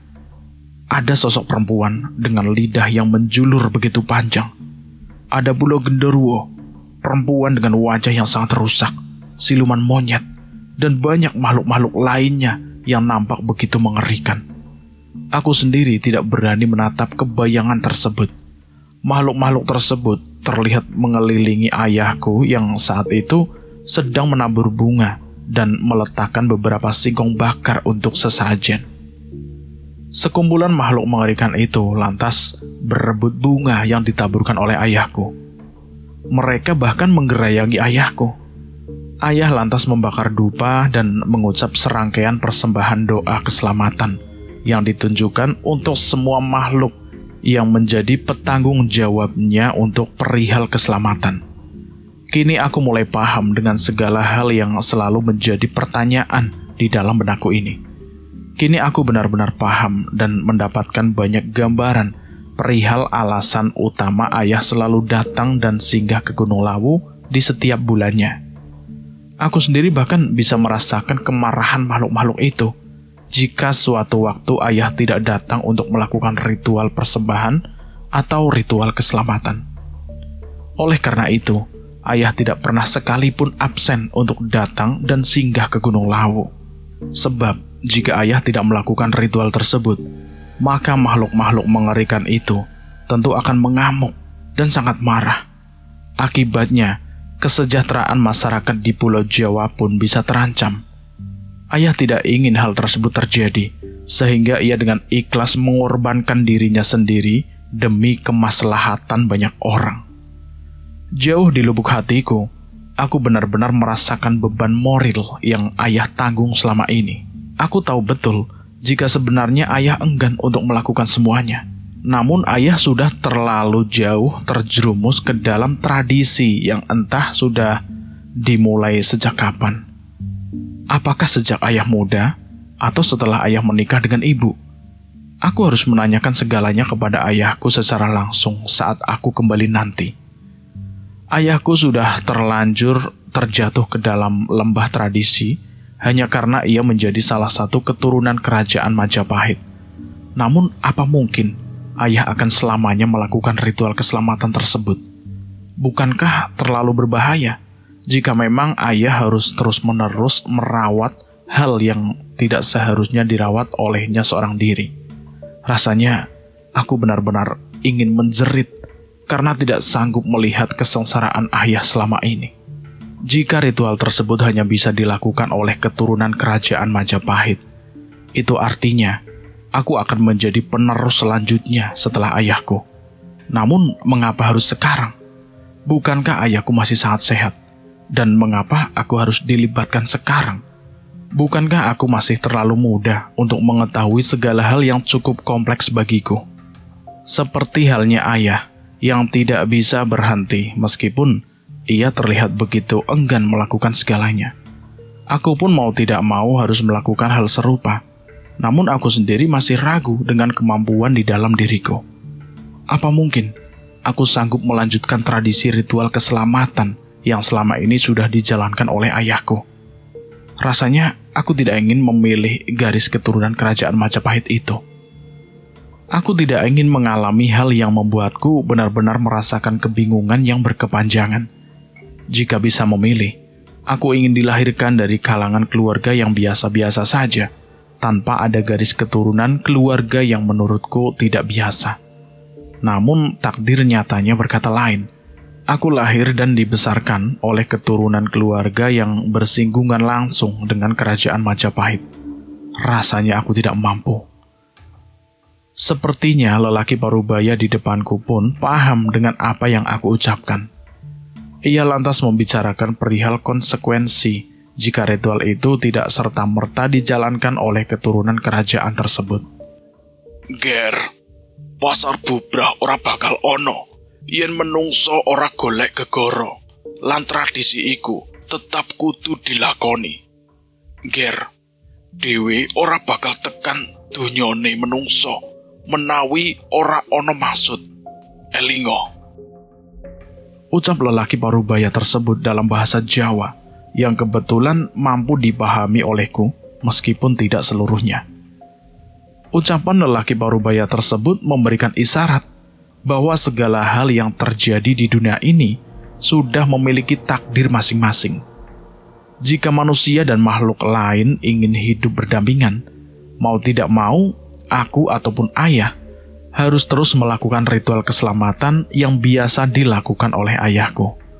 Perihal pasar bubrah, pasar gaib yang kerap kali menjadi perbincangan banyak pendaki lain yang seringkali menceritakan hal menyeramkan dari pasar tersebut.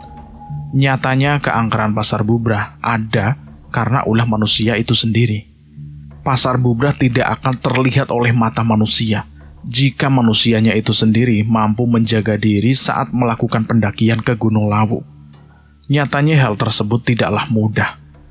Banyak pendaki yang kerap kali abai dan tidak mengindahkan larangan-larangan yang seringkali digembar-gemborkan oleh pihak. Merasa hebat dan jumawa terhadap kemampuan dirinya sendiri, menjadikan manusia menjadi sombong dan lantas tidak mengindahkan peraturan yang ada. Oleh karena itu, kerap kali makhluk gaib yang hidup berdampingan dengan manusia terkadang muncul dan menghantui pendaki-pendaki tersebut. Namun jika manusia yang melakukan pendakian Gunung Lawu mampu menjaga sikap dan juga ucapan ketika berada di sekitar Lawu, tentu makhluk tersebut pun tidak akan menampakkan dirinya dan tidak akan ada pasar bubrah yang membayang-bayangi mereka. Setelah mendengar semua yang diucapkan oleh lelaki parubaya di hadapanku ini, aku merasakan adanya tamparan.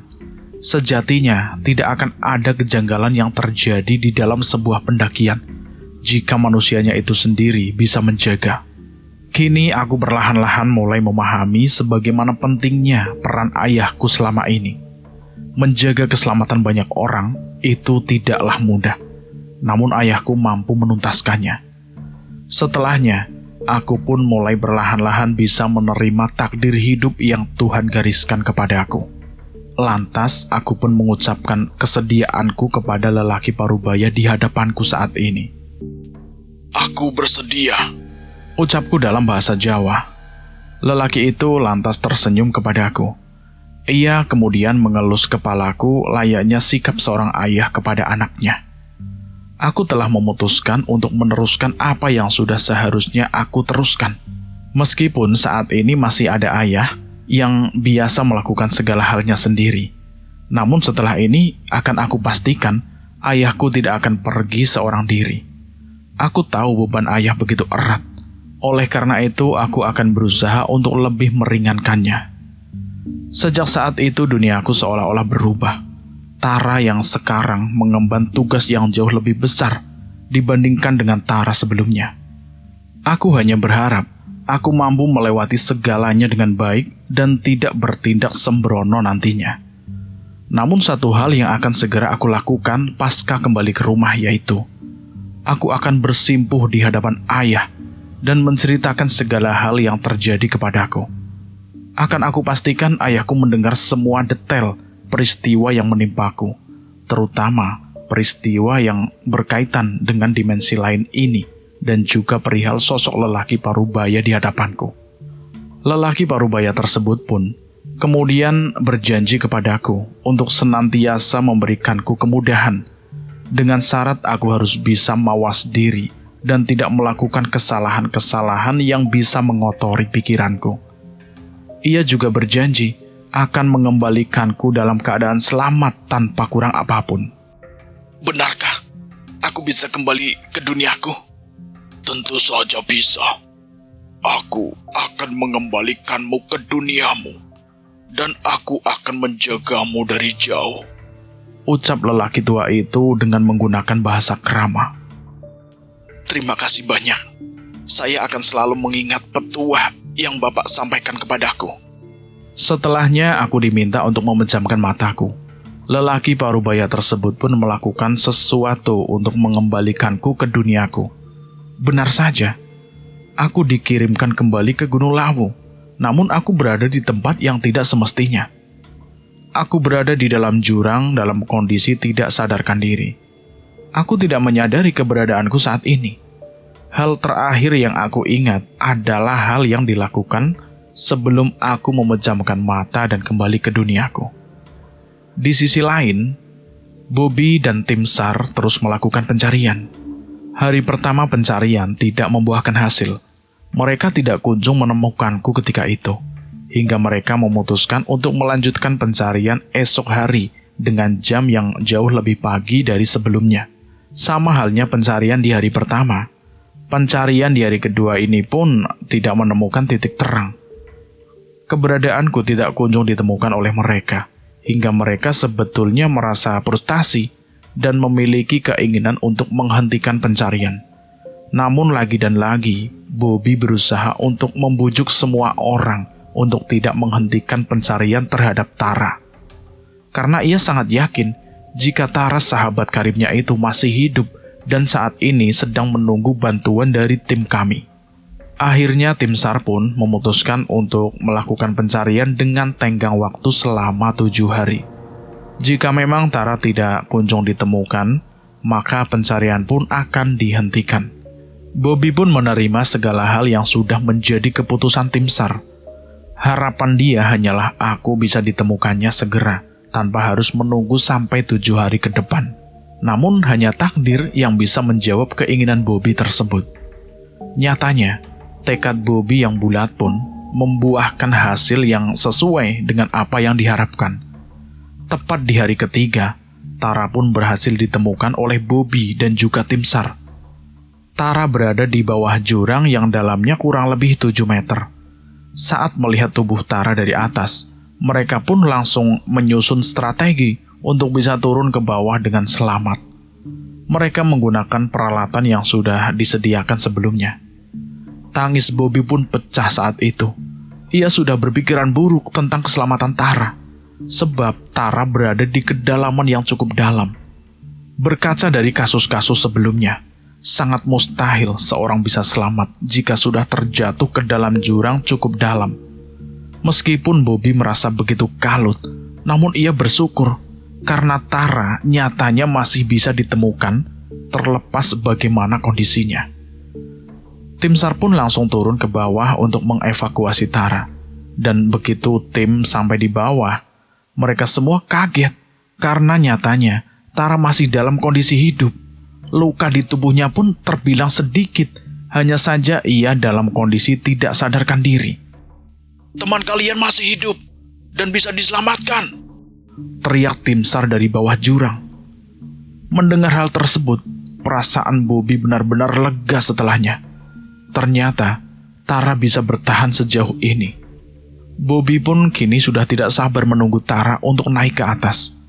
Setibanya Tara di atas, Bobby pun langsung memeluk tubuh Tara dengan begitu erat ketika itu.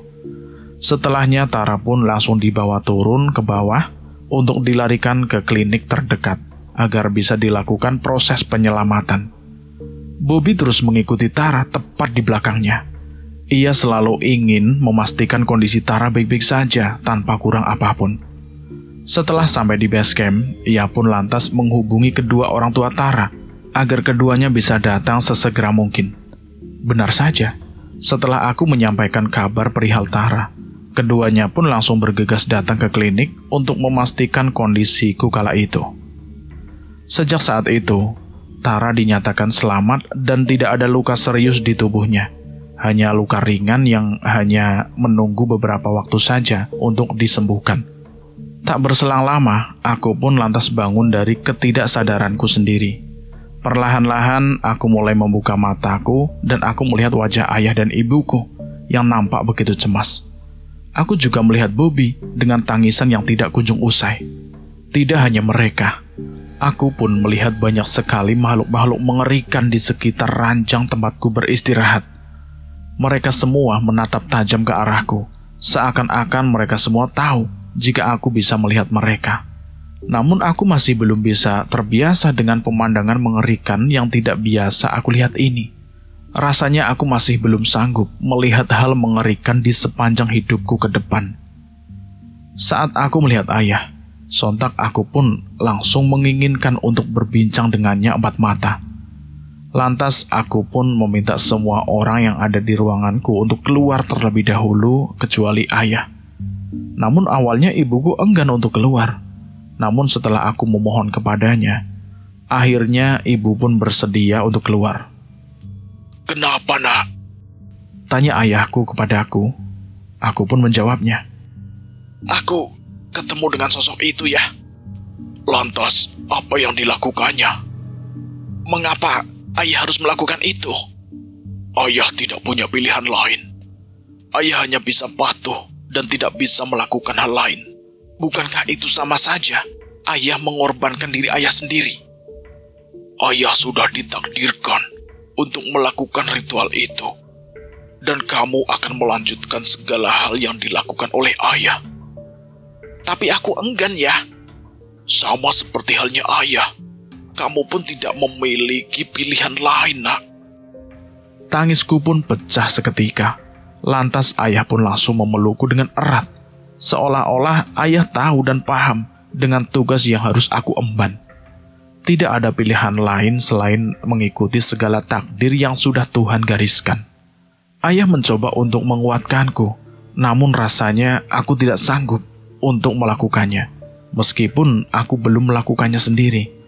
Namun ayah berkata, jika ayah akan mengajarkanku segala hal, agar aku tidak kaget nantinya.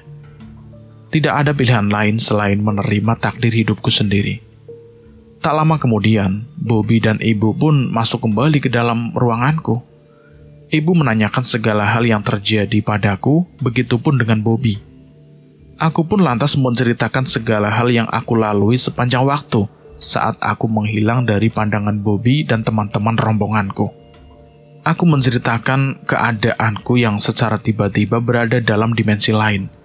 Padahal jelas-jelas sebelumnya aku sedang berada di atas bebatuan bersama Bobby dan Faras. Tak lupa, aku menceritakan perihal pertemuanku dengan sosok lelaki parubaya yang secara sengaja membuka mata batinku. Banyak perbincangan yang kami lakukan saat aku berada di dunianya. Hingga akhirnya sosok lelaki parubaya itu pun membalikanku ke dalam duniaku sendiri. Aku pun tidak paham mengapa aku bisa berakhir di dasar jurang, sebab sebelumnya aku tidak melihat adanya jurang. Bahkan hutan ataupun bebatuan tajam pun tidak nampak di dalam penglihatanku. Meskipun banyak hal pelik terjadi di sepanjang perjalananmu, aku benar-benar bersyukur karena kamu masih diberikan keselamatan, Tar. Iya, Bob. Tuhan masih begitu baik terhadapku. Bobby pun kemudian memelukku dengan begitu erat. Ia terus mengucapkan rasa syukur karena aku benar-benar selamat dan masih diberikan keselamatan hidup oleh Tuhan. 7 tahun setelah peristiwa kelam itu terjadi, tepatnya di tahun 2012, kini aku mulai semakin sadar jika aku bukanlah orang biasa. Aku diberikan amanat yang harus aku saja di sepanjang hidup aku. Mata batinku yang sudah terlanjur dibuka oleh lelaki yang tidak lain adalah keturunan kerajaan Majapahit itu, membuatku lebih peka akan banyak hal. Aku mampu menembus dimensi lain yang berbeda. Bahkan aku mampu melihat masa depan dan juga masa lalu seseorang. Namun jika aku sembrono dengan kemampuanku tersebut, maka aku akan mendapatkan sebuah hukuman. Hal itulah yang selalu diucapkan oleh lelaki parubaya tersebut dan juga ayahku sendiri. Dan cerita ini tamat selesai sampai di sini. Bagaimana menurut teman-teman tentang cerita ini? Silahkan tulis di kolom komentar. Terima kasih buat teman-teman yang sudah setia mendengarkan cerita ini. Semoga kalian dalam keadaan sehat selalu, panjang umur, bahagia selalu, dan sukses selalu. Dan buat teman-teman yang baru bergabung di channel ini, silahkan klik dulu tombol subscribe dan tombol loncengnya, agar kalian tidak ketinggalan cerita terbaru dari kami. Dan saya pamit undur diri, mohon maaf jika ada kesalahan kata. Akhir kata, wassalamualaikum warahmatullahi wabarakatuh. Salam lestari.